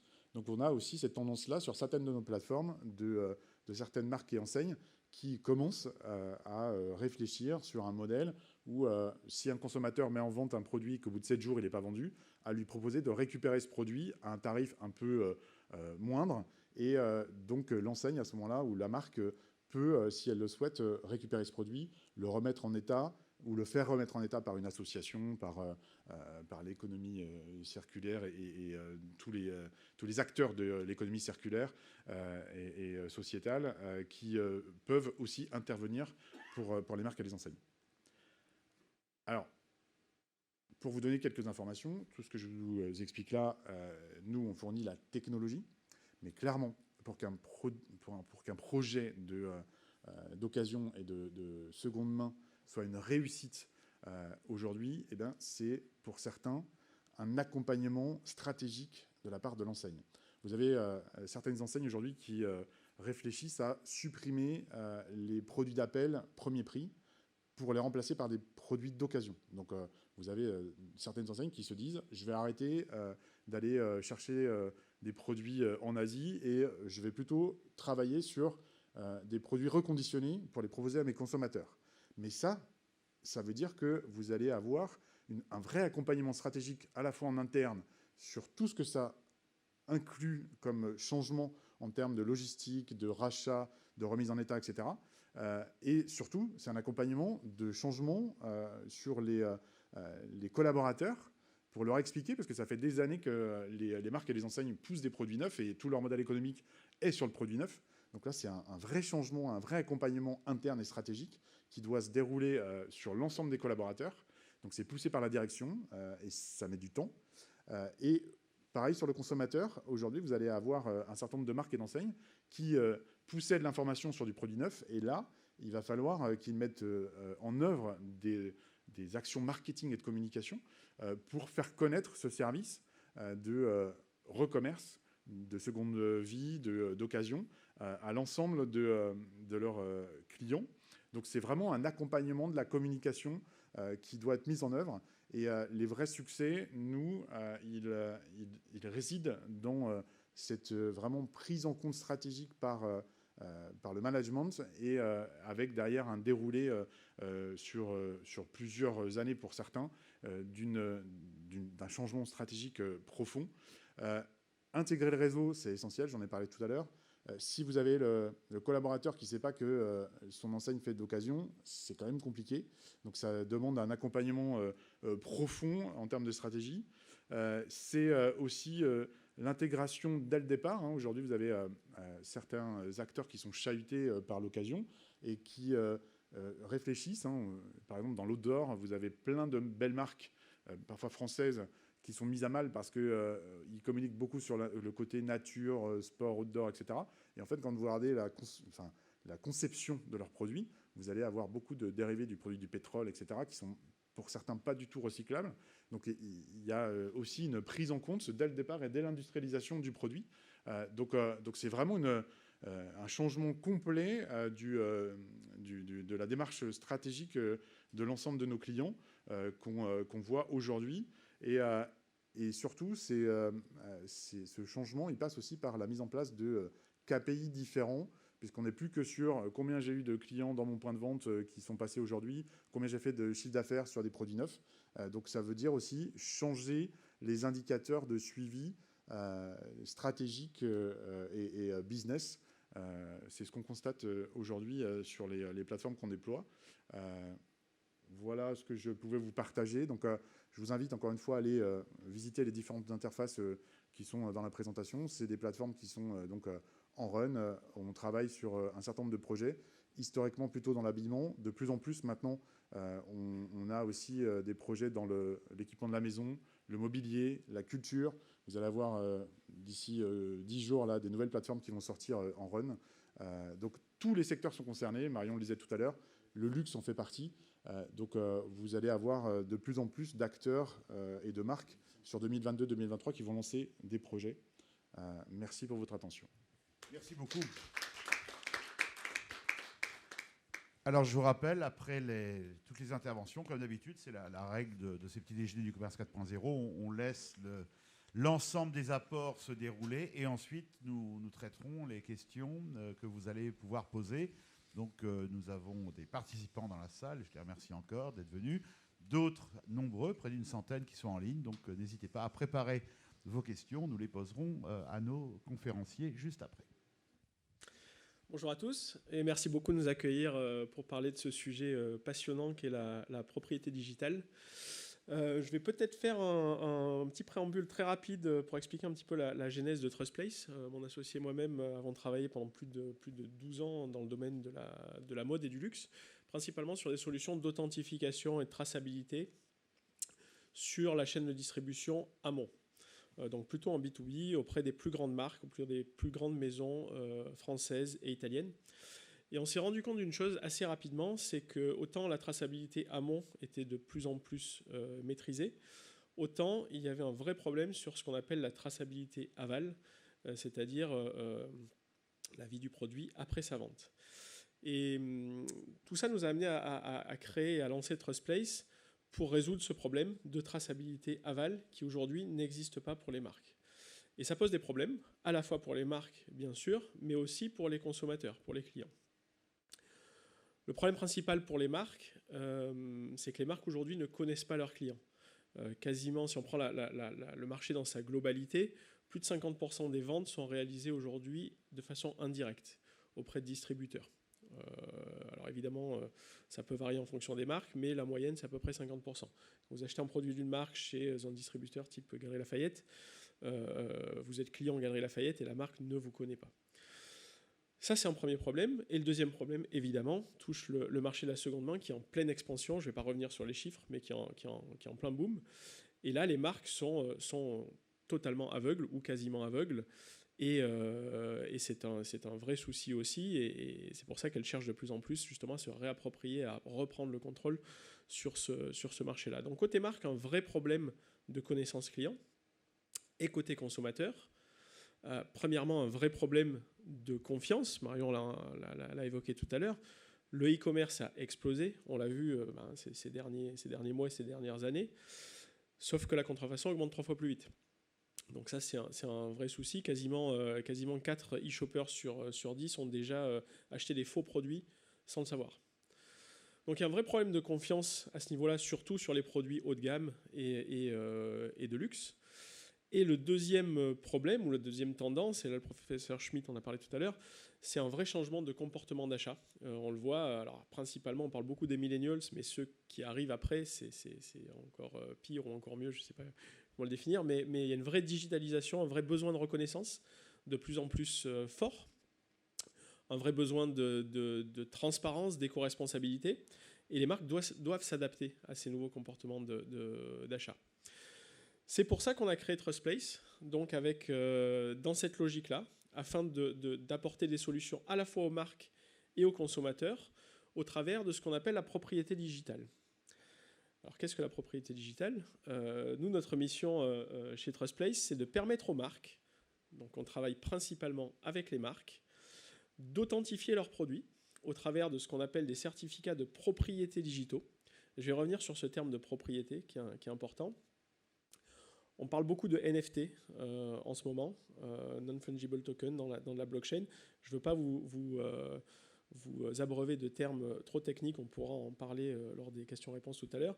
Mais en gros, c'est aussi ce qu'on appelle un passeport NFT. Donc ça va être en double digital d'un produit physique. Et ce certificat, il va permettre de protéger la valeur de l'article, pas uniquement financière, mais sa valeur aussi en termes intrinsèques, partager son histoire, à une très large audience, et surtout faciliter sa transmission en toute confiance. C'est-à-dire qu'on va recréer, en tout cas on va créer un lien unique, dynamique et intemporel entre la marque, son produit et tous ses clients, y compris ceux qu'elle ne connaît pas aujourd'hui. Alors un certificat digital de propriété, c'est quoi ? En fait, c'est assez simple. Bon, déjà, comme son nom l'indique, c'est digital. C'est-à-dire qu'on va dématérialiser ce qui existe aujourd'hui ou ce qui peut exister aujourd'hui dans certains cas, des cartes de garantie, des papiers d'authentification qui sont d'ailleurs en règle générale les premiers éléments qui sont copiés en termes de contrefaçon. On va remplacer tout ça par un certificat digital donc, qui est accessible par téléphone portable principalement. Ce certificat est toujours créé par la marque, toujours à l'initiative de la marque. Que le client soit direct ou indirect, c'est toujours la marque qui doit le créer. Pourquoi ? Tout simplement parce que la marque est toujours à l'origine de son produit et la seule capable de prouver, et en tout cas d'authentifier à 100% l'origine de son produit. Donc ça, c'est très important. Que le client soit direct ou indirect, c'est toujours la marque qui va créer ce certificat. Le deuxième point, et c'est là où je vais aborder la notion de propriété, avec TrustPlace, on a décidé dès le début d'aller au-delà de la simple, entre guillemets, authenticité. On entend beaucoup parler de certificats digitaux, d'authenticité, de e-garantie, c'est très bien. Nous, on a voulu aller au-delà de ça. Ça veut dire quoi ? Ça veut dire que dans le certificat digital, on va trouver 3 clés. La première clé, c'est l'identifiant unique de l'article. Là, je reviens sur ce que disait Marion tout à l'heure. On peut trouver des technologies comme des puces NFC, des QR codes, des numéros gravés ou autres. Nous, on a décidé d'utiliser des technologies, en tout cas de travailler avec des technologies que tout le monde puisse lire, grâce à un téléphone portable, donc principalement une puce NFC, un QR code ou un numéro qu'on peut rentrer à la main. La différence, elle vient dans la notion de propriété. Si on s'arrête à l'identifiant unique du produit, effectivement, Marion, tu l'as mentionné tout à l'heure, un QR code, c'est quelque chose qu'on peut très facilement copier. Donc à partir du moment où on a un produit avec un QR code, ça ne suffit pas. Donc on a rajouté 2 clés supplémentaires dans notre algorithme. La deuxième clé, c'est l'identifiant du client, que le client soit direct ou indirect dès la création du certificat. Et une troisième clé de sécurité qui peut être le numéro de facture ou le bon de livraison, par exemple. La combinaison de ces 3 clés crée, est cryptée et crée le certificat digital de propriété. Cette notion de propriété, elle a 2 avantages principaux. La première, vous l'avez compris, on va repousser les barrières de la contrefaçon. Parce qu'on ne va pas se fier uniquement à un numéro unique, mais on va aller au-delà grâce à 3 clés. Et le deuxième bénéfice principal, je vais dire, qui apporte un ROI direct, c'est la capacité, grâce à cette notion de propriété, de connaître, pour la marque, de connaître ses clients indirects et d'avoir accès à ses clients indirects. Et ça, c'est très important. On parle énormément d'authenticité. C'est très bien, on va le voir tout à l'heure. L'authenticité a un ROI très difficile à mesurer. Grâce à la propriété, on est capable de mesurer un ROI quasi direct. Donc, on crée un nouveau canal au travers du certificat, qui est un vecteur, pas une finalité, de communication entre la marque et tous ses clients.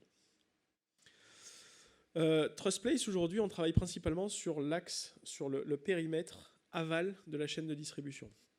Là aussi, on peut avoir beaucoup de confusion. Quand on parle de traçabilité, c'est un mot qui est très large. Si on résume le circuit de distribution, on va avoir la chaîne amont, qui va concerner toute la partie composants du produit, transport, logistique, fabrication, etc. Et la chaîne aval, qui démarre à la vente du produit. Donc nous, TrustPlace, on se focalise vraiment sur la traçabilité post-sales. On va aider les marques à générer de la valeur sur ce périmètre-là, en s'appuyant sur les systèmes existants. TrustPlace, c'est une plateforme avec une composante blockchain. Là encore, je ne vais pas vous abreuver de détails techniques, mais la blockchain va permettre de sécuriser la création et le transfert des certificats. La partie intelligence, création de valeur, valorisation de la donnée, elle est dans une plateforme. On a fait le choix d'être blockchain agnostique. Ça veut dire quoi? Ça veut dire qu'on n'a pas créé notre propre blockchain et on ne voulait surtout pas en créer une. Aujourd'hui, il y a quasiment 1000 blockchains qui existent dans le monde et qui se créent quasiment toutes les semaines, avec l'objectif de devenir la blockchain standard d'une industrie donnée, de l'art, du luxe, du retail ou autre, de la banque.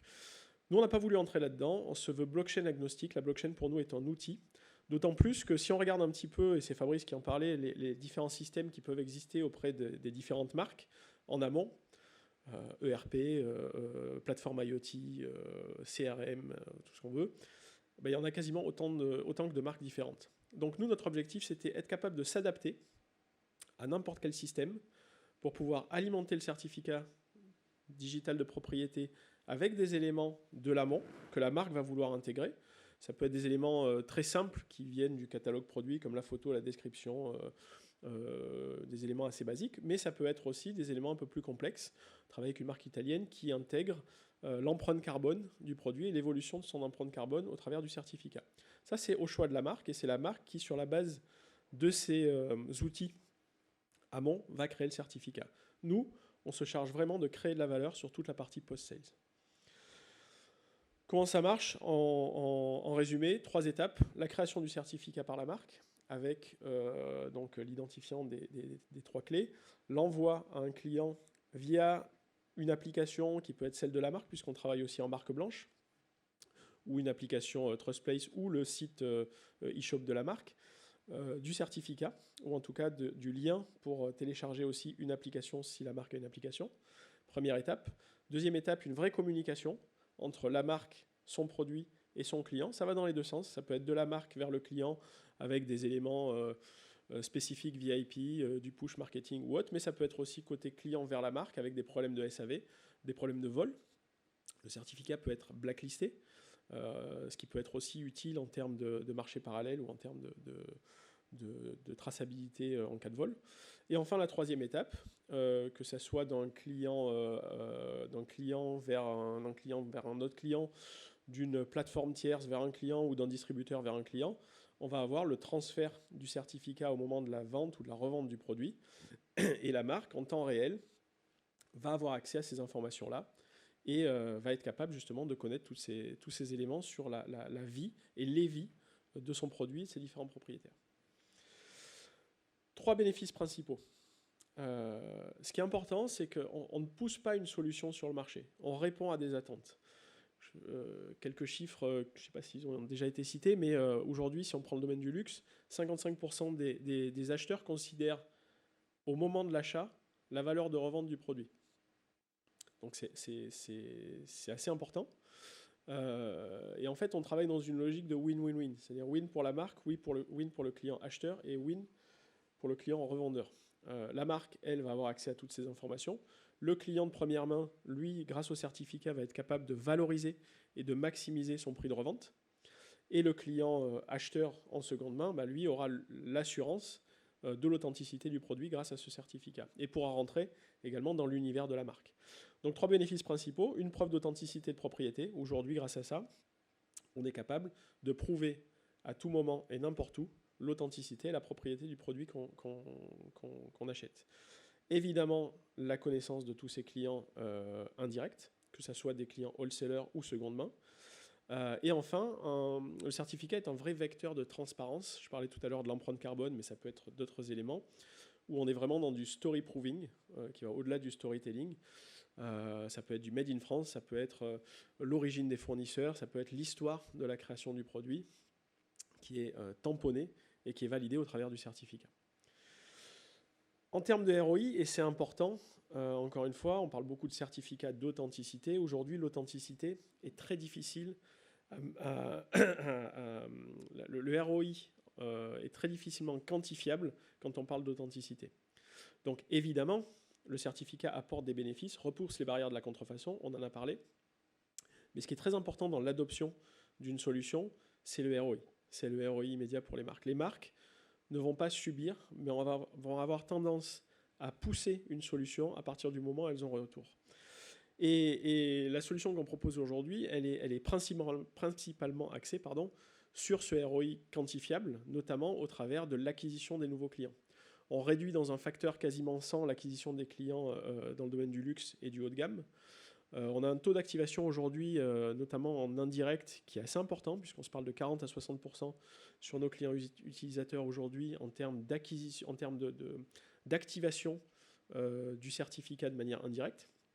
Marion l'a évoqué tout à l'heure, on a aussi un aspect accélération des processus de retour, que ce soit dans le domaine du luxe, mais pas que, avec ce fameux QR code qui est présent sur le certificat digital et qui permet de prouver la propriété, l'authenticité, mais aussi la BOM, c'est-à-dire les compositions du produit qui peuvent accélérer toute cette partie SAV. On a aussi un aspect Drive to Store ou Drive to Web, dans certains cas. Les marques qui lancent une politique de certification digitale commencent à un instant T. Certaines marques veulent pouvoir associer ces certificats sur des produits déjà vendus et à ce moment-là permettent aux clients qui ont déjà leurs produits en leur possession de retourner dans une boutique pour pouvoir demander à la marque d'activer ce certificat. Et là, on rentre dans du Drive to Store avec une possibilité de revendre et de faire de l'upsales autour de cette demande de certification. Voilà, donc je ne sais pas si j'ai dépassé le temps. Je suis disponible pour toutes vos questions. Merci à vous. Merci, c'est très intéressant que vous intégriez la question de l'authentification et de la contrefaçon dans le sujet du e-commerce, parce que, d'abord parce que la théorie économique l'a montré, dans des marchés beaucoup plus concurrentiels, plus volatiles, les barrières à l'entrée sont plus basses et donc l'opportunisme des acteurs est plus, la probabilité est plus forte. L'autre chose, ça me faisait penser, si on jette un œil avec une théorie fonctionnaliste, un parallèle avec la Chine. Par exemple, en Chine, on sait que le marché de la contrefaçon a une fonction d'anti-crise des subprimes. C'est-à-dire c'est de permettre notamment aux villes de l'Ouest, qui ne sont pas encore industrialisées, etc., mais qui veulent consommer comme les grandes villes de l'Est, là, ce qu'ils appellent la ligne 1, c'est-à-dire Shanghai, Pékin, Hong Kong, etc., mais qui n'ont pas les moyens de le faire. Et finalement, la contrefaçon a cet effet-là. C'est une des raisons pour laquelle, d'ailleurs, il y a tout un débat sur la grande tolérance de la Chine à l'égard de la contrefaçon. C'est un vecteur de paix sociale. L'anti-crise subprime. Je trouvais ça intéressant que vous montriez le parallèle. Alors, nous allons passer maintenant, je me tourne vers notre coordinatrice générale, le docteur Christelle Fournel, aux questions avec nos conférenciers. Alors, la première question... Non, il faut allumer le micro. Juste, je me rapproche de vous. Voilà, merci beaucoup. La première question qui a été posée, c'est ce phénomène de recommerce. Est-ce qu'il est français, européen, mondial? Alors vous avez des micros, hein. Il faut juste qu'ils soient rouges. Qui veut commencer?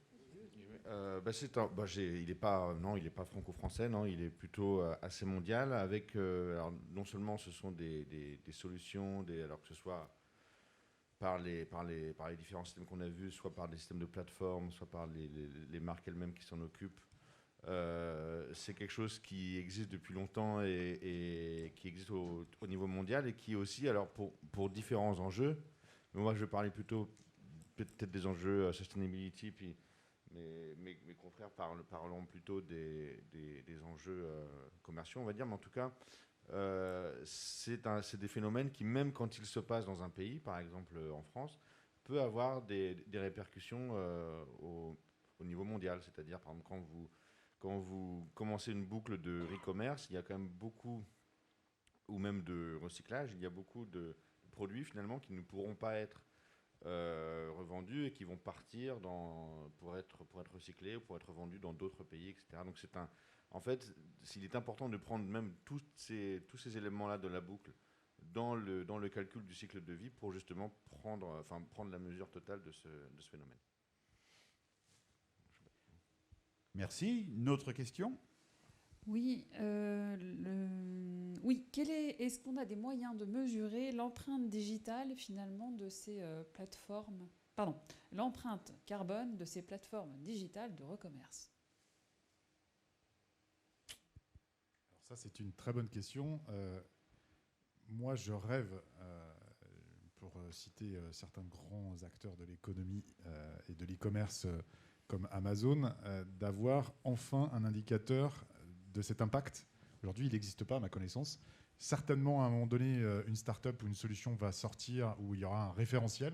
Pour le moment, ça n'existe pas.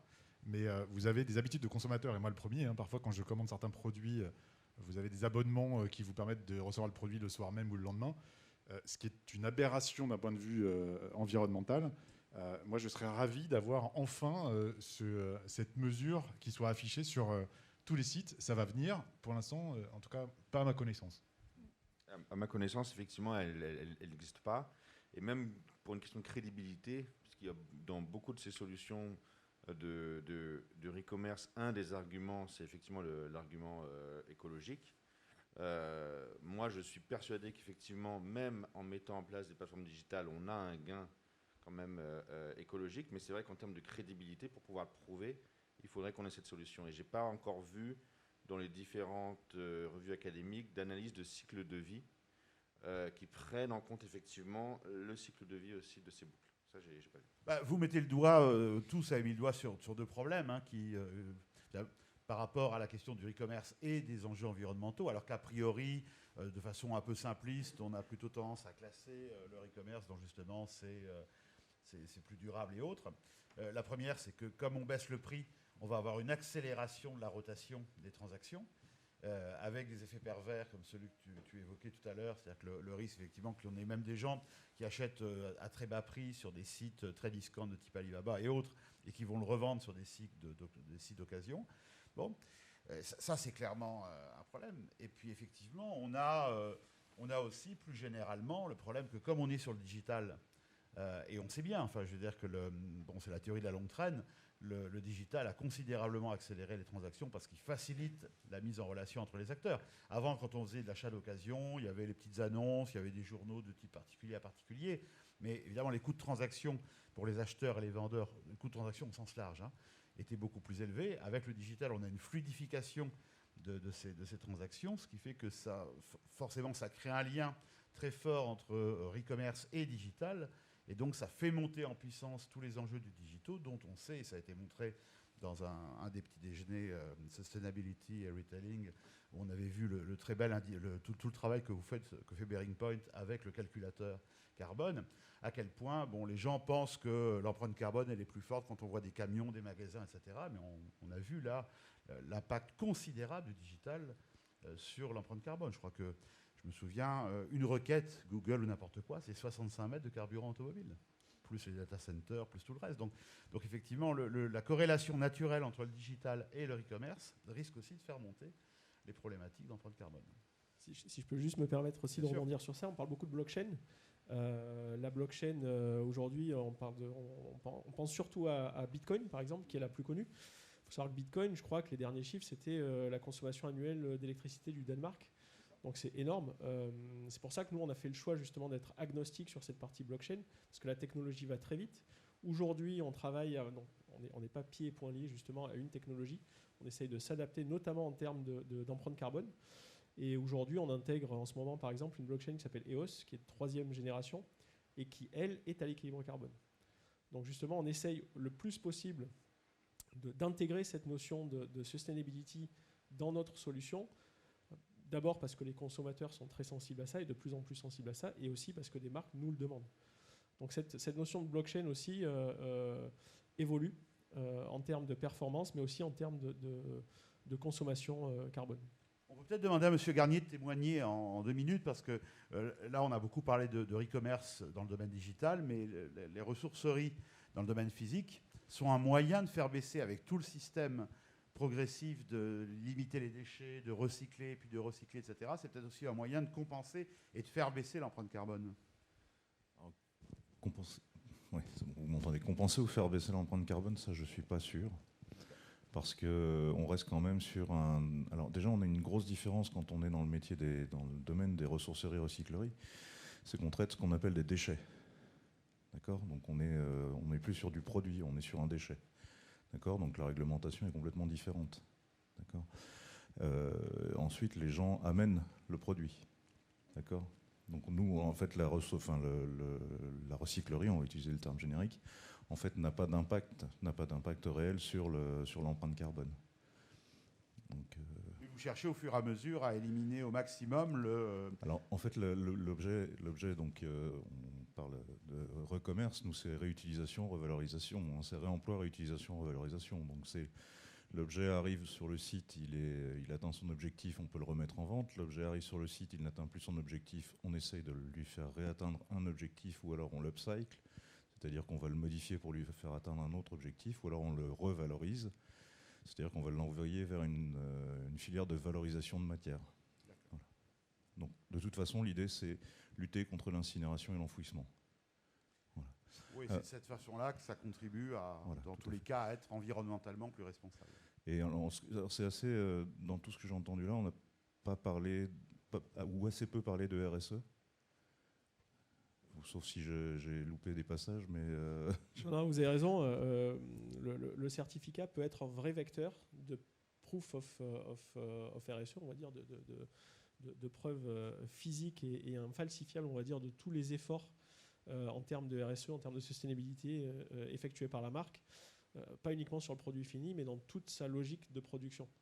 Donc petit à petit, oui, effectivement, on est en train d'y arriver. Après, il y a une problématique qui est aujourd'hui, toutes les marques ne sont pas 100% carrées sur cette partie amont, justement. Certaines y viennent petit à petit, mais le certificat est aussi une preuve demandée justement par les consommateurs de cette notion de RSE et d'éco-responsabilité.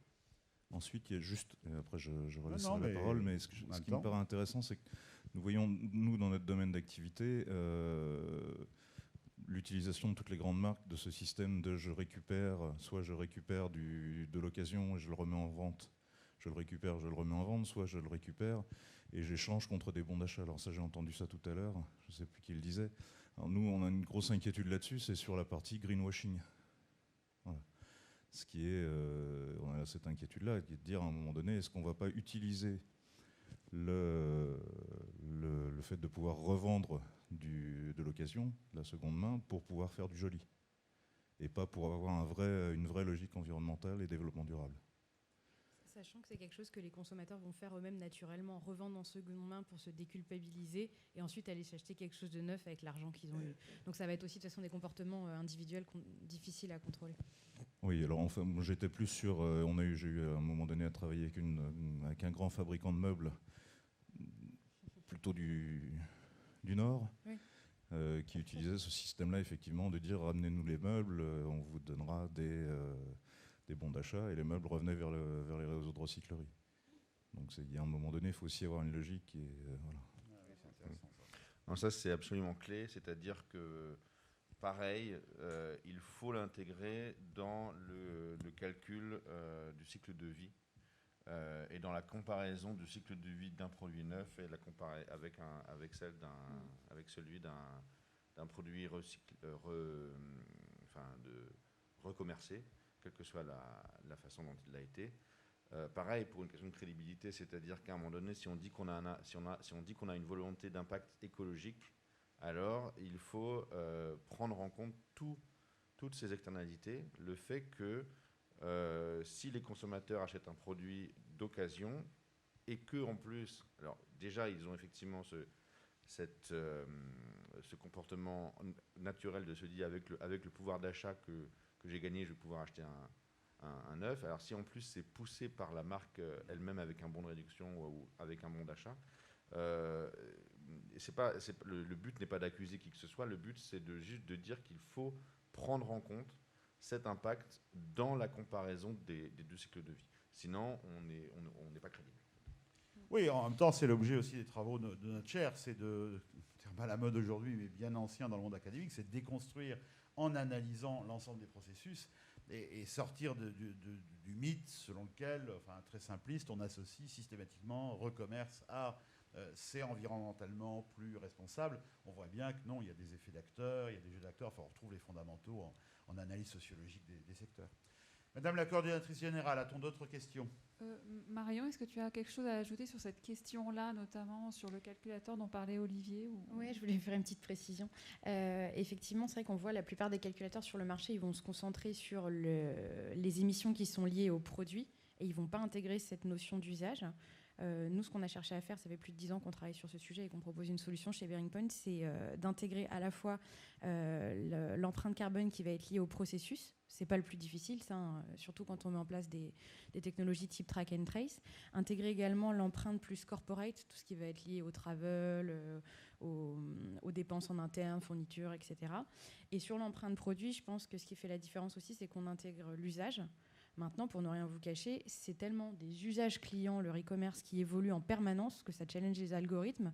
Et même si nous, on a déjà pris le parti d'intégrer cette partie-là et de ne pas s'arrêter à la vente en première main, bah c'est en perpétuelle évolution parce que ça bouge très vite. Et ça pose la question aussi de comment on collecte ces données sur l'usage. Parce qu'il n'y a pas forcément la possibilité de collecter ça, comme on le disait, sur du track and trace, sur des process logistiques B2B. Il y a une notion aussi un peu quali, un peu individualisée, qui demande de la prise d'hypothèse. Donc ça fait partie des gros challenges. Mais pour nous, effectivement, ça n'a pas de sens de ne pas l'intégrer. Merci Marion. D'autres questions ? Oui. Dans la salle, en visio ? Alors, j'ai une autre question encore. On a dit que quand on était jeune, on allait chez Gibert et que finalement, ce recommerce n'est pas nouveau. Mais est-ce qu'on a un peu une idée quand même de qui achète CSP, âge, urbain versus des populations plus vivant à la campagne ? Moi, je n'ai pas de chiffres précis à l'esprit, mais je pense que ça touche toutes les catégories, puisque comme on l'a dit, on a aussi une forte présence du marché de seconde main sur les produits de luxe. Et somme toute, voilà, quand on va s'acheter un imperméable Burberry, bah, ça reste un produit qui va valoir entre 500 et 800 euros au lieu de 1500 euros. Donc ça reste des produits qui ne sont pas non plus accessibles à tout le monde. Donc je pense qu'on touche à travers toutes les CSP, mais sur des typologies de produits sans doute différentes. On vous renvoie sur le sujet à l'Observatoire et aux études de l'Obsoco sur le commerce circulaire. Alors, on ne peut pas faire toutes nos séances en partenariat avec l'Obsoco, donc on alterne, mais je vous renvoie évidemment, vous savez à quel point nous travaillons de très près avec l'Obsoco, comme en témoigne l'événement qui a eu lieu récemment au mois de fin novembre. Oui, il y a leur observatoire avec des enquêtes donc, qui permettent de segmenter très finement, surtout que leurs analyses statistiques sont très fournies, très renseignées, très robustes, de segmenter par type de population. Colloque de l'Obsoco qui va être d'ailleurs relayé sur le site de la chaire. On est en train de voir avec la responsable com pour valoriser tout ce qui s'est passé durant cette journée qui était très riche. Encore une question. On sait que l'approvisionnement en matières premières est compliqué en ce moment, notamment depuis le Covid. Est-ce que cette difficulté d'approvisionnement booste l'Eurocommerce ?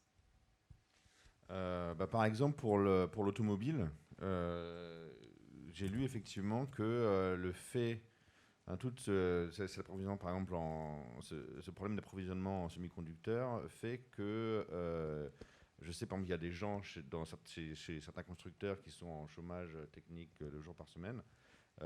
Donc ça diminue effectivement la fabrication de voitures neuves et ça a un impact direct sur les canaux des véhicules d'occasion. Ça, c'est clair. En plus du facteur prix, puisque là, on l'avait vu pendant le colloque de l'Obsoco et de la Chaire fin novembre, que le prix, qui est toujours un facteur déterminant, hein, bien évidemment, pour n'importe quel type d'achat, mais là, en particulier, avec la crise du Covid, l'inquiétude, je crois que c'est à l'ordre de 75% des consommateurs sont entre très inquiets et très prudents par rapport aux revenus disponibles, et sans parler aujourd'hui du pouvoir d'achat. Pendant longtemps, les gens confondaient le revenu disponible et le pouvoir d'achat. Le revenu disponible, c'est une chose. Le pouvoir d'achat, lui, il augmentait ou il était stable. Maintenant, effectivement, avec l'inflation, il risque de baisser. Et donc, ça fait que le facteur prix, cumulé au problème de la disponibilité, risque, puisque les choses ne sont jamais monofactorielles, risque d'accélérer le recours au e-commerce. Ce que je trouve intéressant aussi sur le marché de l'automobile, j'en parlais avec un de nos concessionnaires qui est aussi client, qui est français, qui est très connu, c'est que ça booste les prix du coup de la revente de véhicules d'occasion. Ils estimaient entre 10 et 20%. Donc après, le problème, c'est que si on vend et qu'on ne peut pas racheter, et finalement, c'est pas très vertueux, mais ils observent des vraies augmentations. Et donc, du coup, il y avait un peu une guerre aussi entre concessionnaires pour pouvoir récupérer un maximum de véhicules d'occasion à revendre pour trouver des débouchés de revenus. Alors, je m'y connais pas vraiment en automobile, mais il y a aussi une autre grosse contrainte qui est le changement de réglementation avec le passage à l'hybride et toutes les technologies plus électriques que de faire usage du pétrole. Et même des industriels qui sont maintenant obligés de payer une taxe sur ce qui est sur consommation. Ça, c'est lié aussi aux modifications de loi. Du coup, transition sur la question d'après, est-ce qu'il y a un projet de loi concernant le e-commerce ? On n'en a pas parlé, c'est vrai, parce que je m'étais posé la question, est-ce qu'on en parle ou pas ? Parce que ce n'est pas encore très officiel et très clair pour récupérer des informations dessus. Mais moi, j'ai appris récemment 2 grosses tendances sur la réglementation qui sont drivées plutôt par l'Europe. La première, c'est une volonté d'identifier en fait les revendeurs, donc les particuliers qui revendent en seconde main. Et ça va être une obligation qui va être fixée, je n'ai pas les échéances, mais aux plateformes, que l'obligation de collecter les données en fait, des acheteurs et des vendeurs pour que ces acheteurs et vendeurs puissent être taxés, puisqu'on estime dans les années à venir, dans les scénarios les plus optimistes pour le e-commerce, que ça pourrait représenter jusqu'à 50% des ventes. Donc forcément, c'est une manne de taxes dont les États ne vont pas se passer. Donc je n'ai pas en tête les échéances, ce n'est pas très public encore comme réflexion, mais a priori, ça va passer essentiellement par les plateformes et potentiellement par les retailers s'ils prennent aussi le marché en direct. Et après, le deuxième sujet aussi sur lequel plancherait la Commission européenne, c'est sur les passeports digitaux. Obliger en fait les fameux passeports digitaux. Et donc, ils sont en train de réfléchir à quelles informations ils rendraient obligatoires au sein de ce passeport digital. Donc, il y aurait, j'imagine, notamment l'empreinte carbone pour en fait permettre aux clients de faire des achats en connaissance de cause. Donc ça, c'est pareil, c'est à l'état de projet, on n'a pas trop de visibilité. On a cherché à se renseigner un peu plus sur le sujet et c'est encore assez opaque, mais a priori drivé par l'Europe. Ça, c'est au niveau européen. Au niveau national, vous savez qu'en ce moment ont lieu les assises du commerce. D'ailleurs, je vais vous quitter juste après pour aller rejoindre un des ateliers des assises du commerce. Cet après-midi, ça n'est pas sur le sujet, c'est sur l'emploi. Mais effectivement, toutes ces nouvelles tendances, etc., font partie des thèmes que nous sommes en train de traiter au niveau des assises nationales du commerce. Donc on aura un certain nombre d'éléments qui vont sortir, puisque l'objet, c'est d'avoir une sorte de livre blanc à la fois d'un diagnostic général des grandes évolutions du commerce dans notre pays et des réglementations, et en quoi l'État peut agir plus ou moins sur ces sujets afin d'orienter les prochaines mandatures. Et donc on aura des informations plus précises sur les pistes possibles d'ici le mois de janvier. Eh bien, on n'a plus de questions en ligne. Est-ce que dans la salle, vous avez des questions ? Non. Non, non. Non. Du coup, l'étape d'après. Eh bien, l'étape d'après, ça va être de demander à notre présidente de bien vouloir, comme d'habitude, faire une brillante synthèse de nos travaux. Notre présidente qui est en ligne, Madame Elisabeth Denner, présidente de la chaire.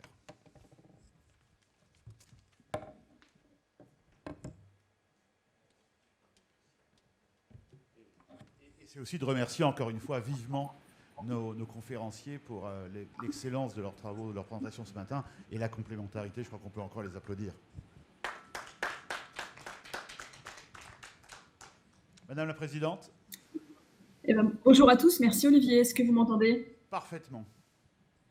Voilà, écoute, je voulais évidemment avant tout remercier nos invités du jour pour la qualité de leurs interventions. Alors, par ordre d'apparition et sans préjuger évidemment d'un jugement de valeur, d'abord Julien Schmitt pour le cadrage théorique, Marion, notre senior manager, qui est, je pense, une des meilleures spécialistes en France de ces questions de traçabilité, et évidemment nos partenaires de Disruptwall et de TrustPlace, qui aujourd'hui, et de notre point de vue, sont incontournables quand on veut travailler sur ces sujets de e-commerce.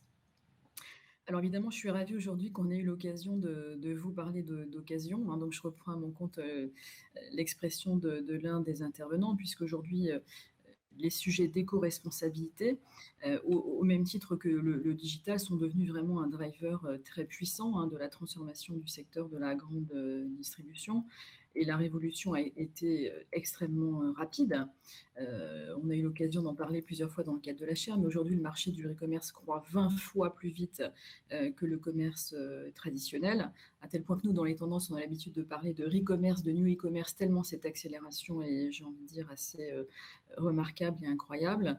2/3 des Français aujourd'hui achètent et revendent des produits d'occasion, donc on est sur un véritable phénomène de société. Et un chiffre qu'on avait cité précédemment, qui n'a pas été recité aujourd'hui, en 2028, ce marché du e-commerce aura dépassé le marché de la première main dans le fashion, qui du coup, effectivement, l'habillement est un des premiers secteurs concernés par ce e-commerce. Alors, comme dans toutes les révolutions, elles n'ont pas forcément été anticipées. Je crois que les marques et les enseignes ne s'attendaient pas à ce que ce marché de la seconde main prenne autant d'ampleur si vite.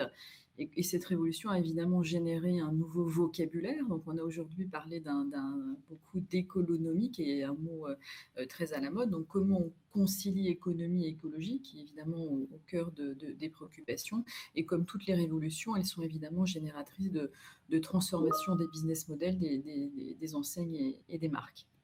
Alors, si je fais un petit peu l'ordre des sujets qu'on a abordés ce matin, on a commencé, dans le cadre du cadrage théorique du professeur Schmitt, d'aborder de manière très claire et très synthétique les motivations des consommateurs, qui sont bien sûr avant tout économiques, avant d'être écologiques d'ailleurs, mais aussi un certain nombre de freins sociaux sur la confiance, l'obsolescence technique, sociale, et le professeur a mis aussi évidemment le doigt sur un effet pervers potentiel difficilement mesurable aujourd'hui, qui est la surconsommation. Et à titre personnel, j'ai vu assez peu de données là-dessus. Alors, on est sur un phénomène qui touche toutes les générations. Évidemment, plus on est sur des segments de population jeunes, et plus l'appétence pour ce e-commerce est très fort. Alors, au-delà j'ai envie de dire, de ce cadrage théorique, on a ensuite évidemment abordé les enjeux qui sont très forts pour les marques et les enseignes. Alors évidemment, en premier lieu, parce qu'on est sur un marché de plusieurs milliards d'euros. On est sur un marché qui aussi permet aux marques, et on l'a vu tout au long de la présentation, d'acquérir de nouveaux clients, d'acquérir du nouveau trafic, qu'on soit dans le monde physique ou digital. Et on est également sur un sujet qui permet de fidéliser les consommateurs. Donc des enjeux évidemment cruciaux pour les marques et les enseignes retail. Et de fait, elles ont évidemment toutes à cœur de reprendre la main et de reprendre le contrôle sur ce nouveau segment, avec des enjeux stratégiques majeurs qu'on a déflorés. Ça mériterait même un petit déjeuner en tant que tel sur quel est le positionnement prix, quelle expérience en boutique, quel indicateur de perf, quelle influence sur mon assortiment et notamment l'entrée de gamme.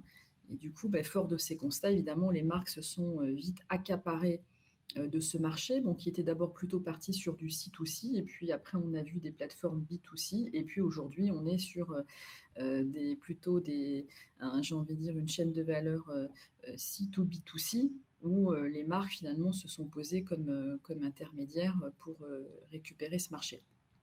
Alors, évidemment, après, au-delà de ces enjeux stratégiques, on a beaucoup aussi abordé ce matin ce que j'appellerais l'envers du décor et toutes les difficultés de mise en œuvre, qui sont évidemment d'abord technologiques. Il y a également évidemment de fortes complexités sur la supply chain et puis d'ordre culturel. Alors, il y a un gros volet technologique et on a essayé, Marion, je pense, a essayé de vous faire une présentation la plus didactique possible. Mais je crois que sur ce marché de la seconde main, on va retrouver les mêmes enjeux et les mêmes technologies que sur le marché de la première main, avec des enjeux d'excellence opérationnelle, des enjeux d'authentification et de propriété digitale, notamment évidemment dans le luxe et sur les produits haut de gamme, et des enjeux de traçabilité. Donc on va retrouver les mêmes technologies, j'ai envie de dire les mêmes usual suspects habituels, la RFID, le code 1D, 2D, les NFC, la blockchain. Donc on est sur des sujets complexes, mais qui sont connus par ailleurs, parce que expérimenté évidemment dans le cadre de ce marché de la première main.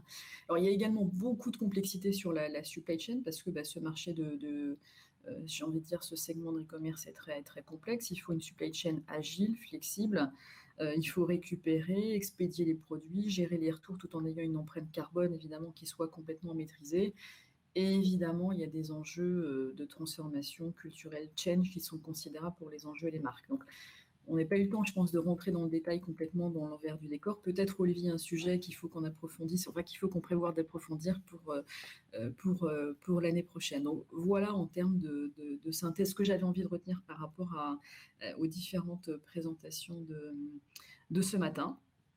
Et puis, il nous reste, en tout cas, à vous souhaiter à tous de très belles fêtes de fin d'année. Donc, prenez soin de vous. Et puis, du coup, Olivier, je donne rendez-vous à tous nos participants habituels début février pour un sujet qu'on espère dédier un retour sur la NRF si les conditions sanitaires le permettent. Merci, ma chère Elisabeth, pour ces synthèses toujours aussi brillantes et pertinentes. Alors, comme le disait notre présidente, le rendez-vous semble plutôt être pour le mois de février. Je crains malheureusement que notre séance du 16 décembre dédiée à la présentation du livre Distribution 4.0, dont je suis un des auteurs, deuxième édition, ait du mal à se tenir compte tenu des enjeux, et des doubles enjeux à la fois liés au Covid, à la fois à la pandémie, mais aussi au fait que, et c'est la première fois que ça arrive depuis très très longtemps, moi ça fait des années que, évidemment, comme tout universitaire, j'écris, c'est la première fois que je n'ai pas le livre entre les mains parce qu'il y a des pénuries de papier, et donc le livre n'arrive pas à être massivement imprimé. Voilà, donc de toute façon, on vous tiendra au courant. Pour l'instant, on laisse encore cette date du 16 décembre, 18h, ici même, pour la présentation du livre avec les trois auteurs. Mais maintenant, si c'était annulé, on vous préviendra. Et dans tous les cas, rendez-vous effectivement pour le petit déjeuner de rentrée qui aura lieu donc le 2 février autour du retour LRF, comme nous le faisons tous les ans. Merci vivement à tous pour votre participation, et en visioconférence et dans la salle. Et puis donc, à très bientôt. Bonne journée.